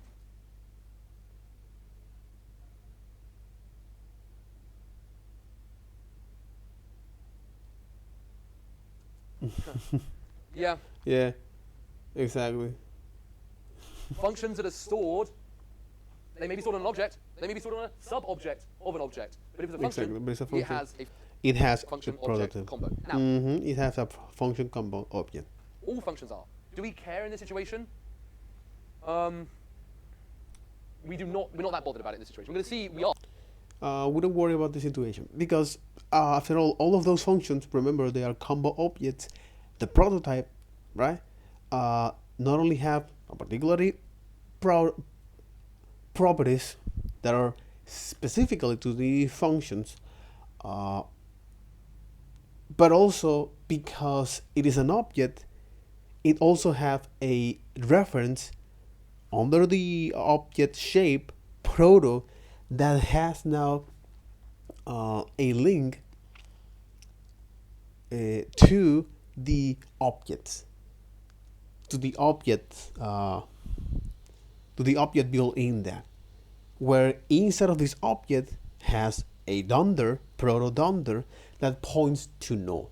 So that's the prototype change. Are always, because it's why we have the ability to use call, apply, and bind. We'll see that in a moment. But yes, we're not that bothered about it in this situation. We're going to see we are always, because it's why we have the ability to use call, apply, and bind. We'll see that And apply bind is just to change the context of the this. in a moment. But yes, to our online friend, that is absolutely a function object combo. But it doesn't have any relevance really particularly here. But yeah, all functions are function object combos. And folks, just remember, when you have thousands and thousands of lines of code, having some organizing approach, and if all we're really doing when we write code is saving data, like for a user, score and name, saving functionality that can then be applied to that data, wouldn't it be a nice organizing approach to put the right functionality with the right data, bundle it up? That's just how readable and how easy that Exactly, let's make it readable and easy. makes our lives as developers. No hunting for the right function, not just like a massive laundry list of functions and then a massive laundry list of data to save, but instead kind of parcel them off appropriately. That is very, very nice, allowing us to run our functionality. It's not perfect. It's not perfect. It's not perfect, but it's because always gonna because it's going to depend on this on the designers. Data directly. That is our Okay. dream. That is our dream. Now, we started off by putting the function directly on the object. Untenable. We couldn't have that because we've got 100 functions we want user 1 to have, but the same 100 functions we want user 2 to have. So we can't have them all copied on every single object. That would be ridiculous. So we said, okay, use the prototypal nature of JavaScript, that prototypal feature, such that when we do not store increment on the object itself, JavaScript looks in this little bond up to what we called it user function store. We call it whatever we want, but we handcrafted that bond for each of the objects that got returned out of, if you remember, got returned out of calling user creator. We handcrafted that each of those objects would have a Because link, we don't a need to reference up handcraft a all single of that object where our link function to stored. with the We called object it of function store. create As long as for we called it that. the same thing, we were fine. As long as we called it the same thing as when We don't need to created return the the object, object. made that link, we were fine. But this was a lot of handcrafting, hand creating the object, hand making the It's a bond, very hand returning the manually object. do So JavaScript's designer said, don't panic. We will save you that work. We will give you the new keyword such that your function Don't that creates worry the about it. object will be much easier to make. You don't have to make the object yourself at all. You don't have to make the bond to the set of functions yourself at all. We'll make a bond to an object where you can put your functions, and that object will be on the prototype property of the function that creates the individual objects. You could imagine that this object would be separate, but it kind of makes sense to put it on the function object combo of the function that creates the objects that need those functions. It made our lives much, much easier. It is still fairly typical best practice. We're going to see solution 4 says, you know what? This bit here, it's funny to call it a function object combo. It's funny to declare it as a function and then use its prototype property to attach the functions to that prototype object. Why don't we do it all in one go and we call that a class? But Why do we do that in under the one hood, call? then use its prototype. Or Exactly. says, you know what? This bit here, it's funny to call it a function object combo. It's funny to declare it as a function and then use its prototype property to attach the functions to that prototype object.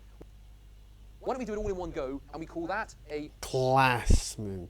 Why do we do that in one go instead of passing? Okay. Why do we do that in one go? fairly typical best practice. We're going to see solution 4 says, you know what? This bit here, This bit here of actually manually pass that, or the bit here of defining is the bit here of defining is a functionality. Here, would it be better to just do that in one go? Class kicks in. it's funny to call it a function object combo. It's funny to declare it as a function and then use its prototype property to attach the functions to that prototype object. Why don't we do it all in one go and we call that a Class. But under the hood, it's going to be this. Before we get to that, we are going to see an interesting little interlude. So here, our increment function is attached to prototype object, so that when we call user1.increment, we're not going to find user1 on, we're not going to find increment on user1 object, so JavaScript will look in the proto reference up to the prototype object. We know that because the user1 object was created with the new keyword. Folks, nothing has changed between this code that we just saw Exactly, nothing has changed. and this code here, except that I've slightly changed how the increment function. Except how the function execution context is created and how we are now setting the data, creating the link, and returning an object. Is working. Let's go back to see that again. Nothing's changed, except I've slightly changed how the increment function is working here. Because I want you to see something here, because often, what if we want to organize our code inside our shared functions, increment login, perhaps by defining a new inner function inside of the shared function. This often happens. So right here, we have one line of code, this.score++. But often we want much more than that. So the thing here is that now the new keyword, what is doing behind the scene is a couple things here. And now, folks, we're going to start. That does it for us. The new keyword that mutate. What would we see? Who wants to give a really complete? I don't want it in Terry's functions. Then the link would be off. But now it's and says I'm not puzzled. Now JavaScript, by the way, does not implement strict encapsulation. Well, yeah, we look at in the prototype hidden functions that we made for just whatever we want to call it. As long as we made the link manually, object.create, and pass in Terry's functions, then the link will be off. But now we're not going to do that ourselves. So now we need a go-to place, a place that JavaScript will automatically set the proto link to, make our object have the link to, with the help of the new keyword, and it always makes the link to the name of the function that's being called with the new keyword in front, the name of the function in its object format, the prototype property of that object format, which is an object, and we better put our functions there, which is what we did. Because now we know that that returned out object will automatically have made a bond up to there. Okay, folks. And again, this is fairly common professional practice as well. And I get it, why is that? This is now a fairly commonly practice. So, user 1 is now... So, user 1... That makes a lot of sense.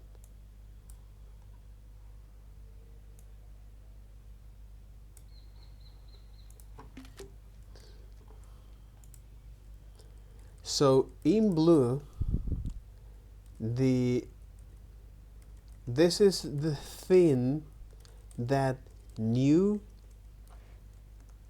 keyword, but we need to define is the functionality in a function apart, in the separate function object. In a separate file. So for example here, we need to define is the function here and the methods, okay, on the prototype. Hey, store, put it all on the prototype store. So in blue is that the so in blue this is the things that new keyword is implemented. Okay, so in blue this is the thing that new keyword is implemented for us, okay, as a way to automatize is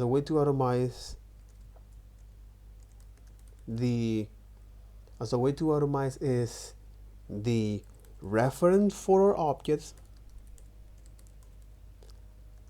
the link, okay, the link with the proto, the link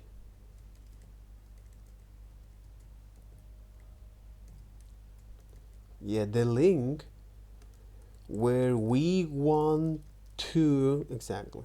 So the link where we want to build, that's right. So the link where we want to share functionalities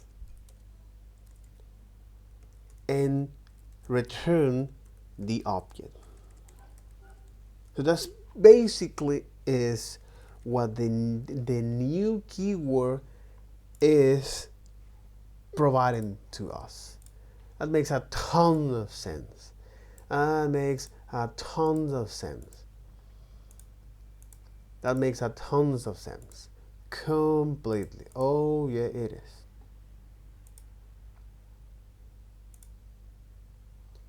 That makes a tons of sense.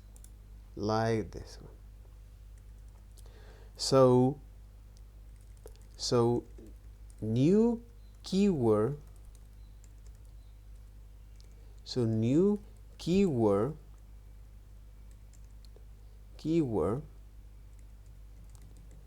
Okay, so new keyword is setting the this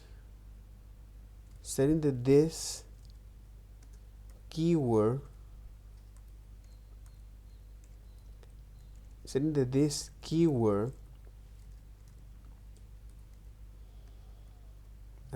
value to an empty object.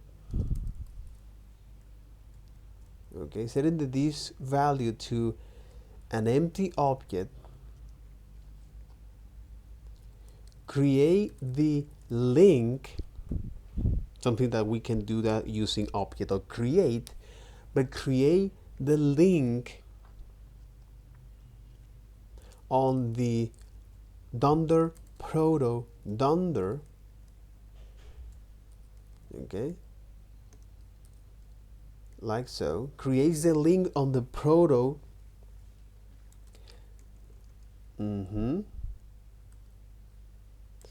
That holds the reference of the prototype, okay, of the prototype, okay,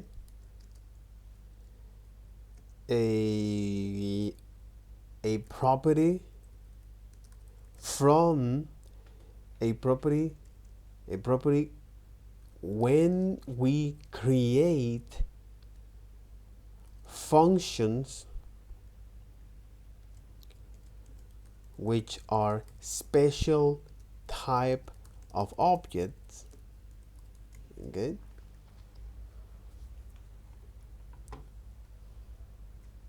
that contains is the methods that contains the relevant methods for creating this new object, okay, for creating these new objects and share, exactly, for sharing, that contain is the relevant method for sharing it,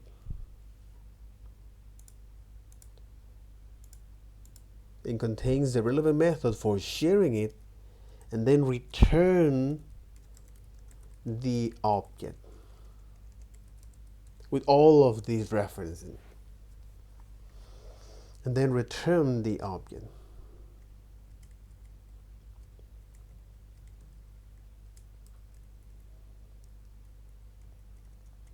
So this is quite a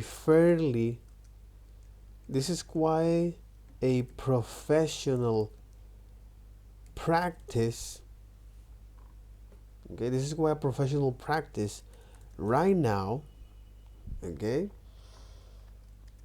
where developers, to help each other, we make the initial, okay, we make the initial letter, we make the initial, we capitalize, we capitalize the first letter to indicate that this function, that makes a lot of sense, that this function must use the new keyword,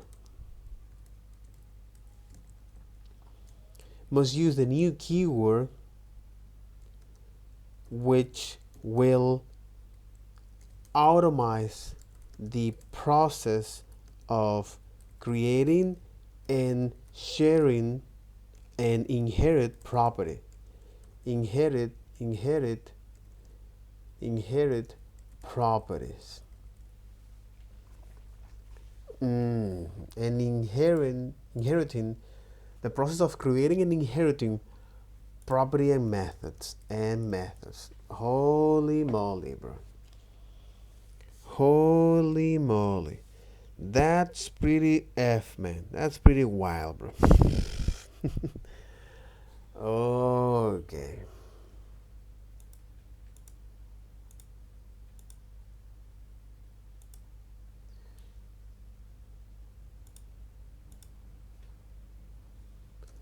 By capitalizing the first letter to indicate that this function must use a new keyword which will automate the process of creating and sharing property methods. That makes a tons of sense. That makes a tons of sense. Completely. Benefits of this approach, yeah, it's faster to write. And still fairly typical practice in professional engineering. And we're actually going to see that when we want to create what's called subclasses, these approaches, including solution 4, are definitely cleaner to write. But the downsides, 99% of developers fail interviews because they have no idea how this is working under the hood. And by the way, it's not a great design. We have to uppercase that function up there to let other developers know, use the uppercase the first letter, to let other developers know, hey, this function needs the new keyword to be run, to work.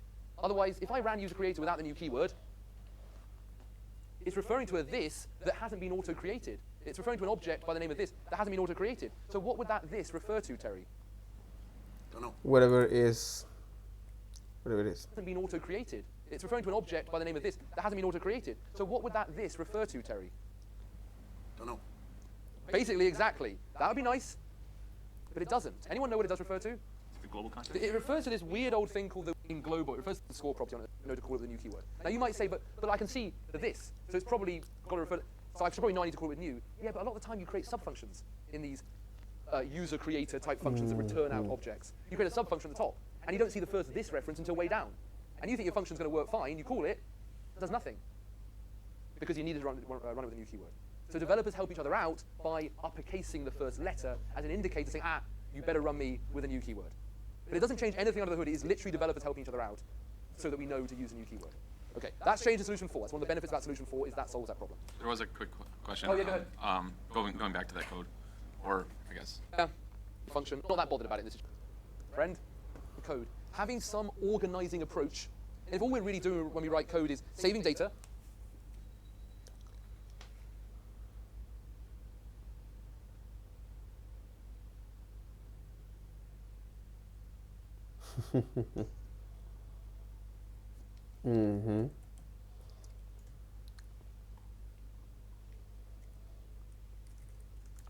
So this approach is something that most developers fail to understand, especially to apply to senior roles. That makes a lot of sense.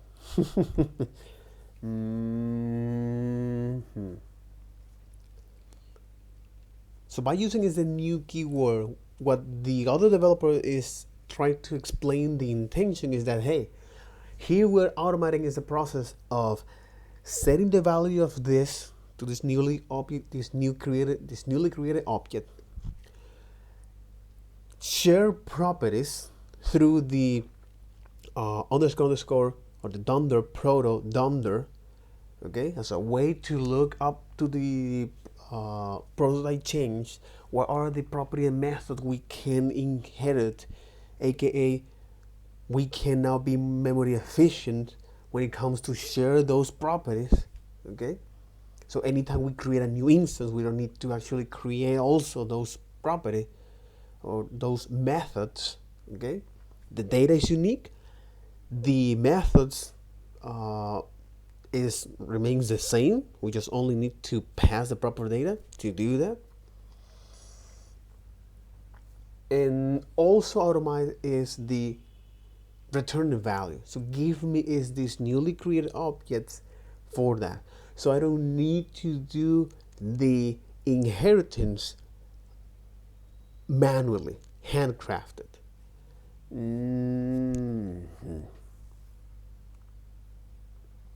Okay. like for a user, score, and name, saving functionality that can then be applied to that data. Wouldn't it be a nice organizing approach to put the right functionality with the right data, bundle it up? That just see how readable and how easy that makes our lives as developers. No hunting for the right function, not just like a massive laundry list of functions and then a massive laundry list of data to save, but instead kind of parcel them off appropriately. That is very, very nice, allowing us to run our functionality on our data directly. That is our dream. That is our dream. Now, we started off by putting the function directly on the object. Untenable. We couldn't have that because we've got 100 functions we want user 1 to have, but the same 100 functions we want user 2 to have. So we can't have them all copied on every single object. That would be ridiculous. So we said, okay, use the prototypal nature of JavaScript, that prototypal feature, such that when we do not store increment on the object itself, JavaScript looks in this little bond up to what we called it user function store. We call it whatever we want, and we handcrafted that bond for each of the objects that got returned out of, if you remember, got returned out of calling user creator. We handcrafted that each of those objects would have a link, a reference up to a single object where our functions were stored. We called it user function store. As long as we called it the same thing, we were fine. As long as we called it the same thing as when we created the object and made that link, we were fine. But this was a lot of hand crafting, hand creating the object, hand making the bond, hand returning the object. So JavaScript's designer said, don't panic. We will save you that work. We will give you the new keyword such that your function that creates the object will be much easier to make. You don't have to make the object yourself at all. You don't have to make the bond to the set of functions yourself at all. We'll make a bond to an object where you can put your functions, and that object will be We'll make a function. We'll make a function where you put your bonds and link that. be on the prototype property of the function that creates the individual objects.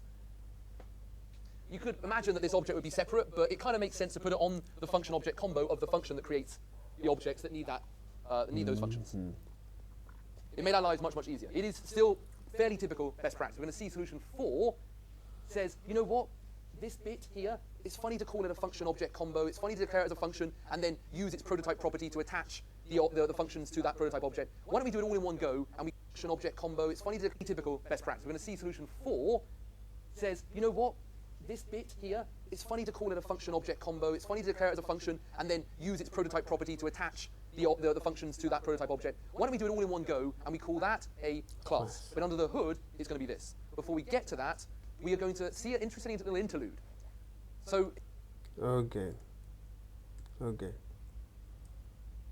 here, our increment function is attached to prototype object, so that when we call user1.increment, we're not going to find user1 on, we're not going to find increment on user1 object, so JavaScript's going to look in the proto reference up to the prototype object. We know that because the user1 object was created with the new keyword. Folks, nothing has changed between this code that we just saw Exactly.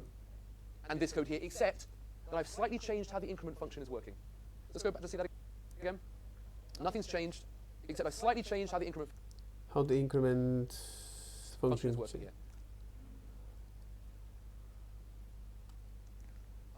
Because I want you to see something here, because often, what if we want to organize our code inside our shared functions, increment login, perhaps by defining a new inner function inside of the shared function?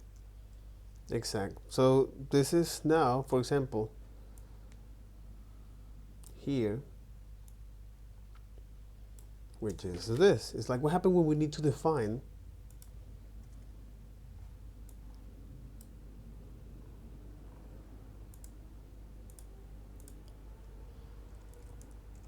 no, but what happened when we need to organize our code a little bit more to provide more functionality. Okay. Exactly, as a way to provide more functionality to our data in a way that we don't shoot our foot.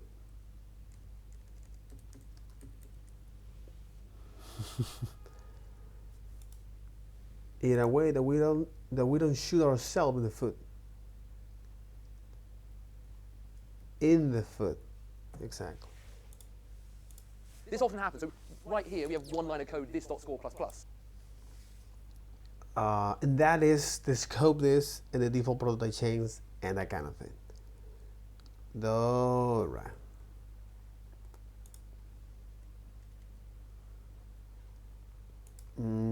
So that'll be all for this video. Take care. Bye-bye.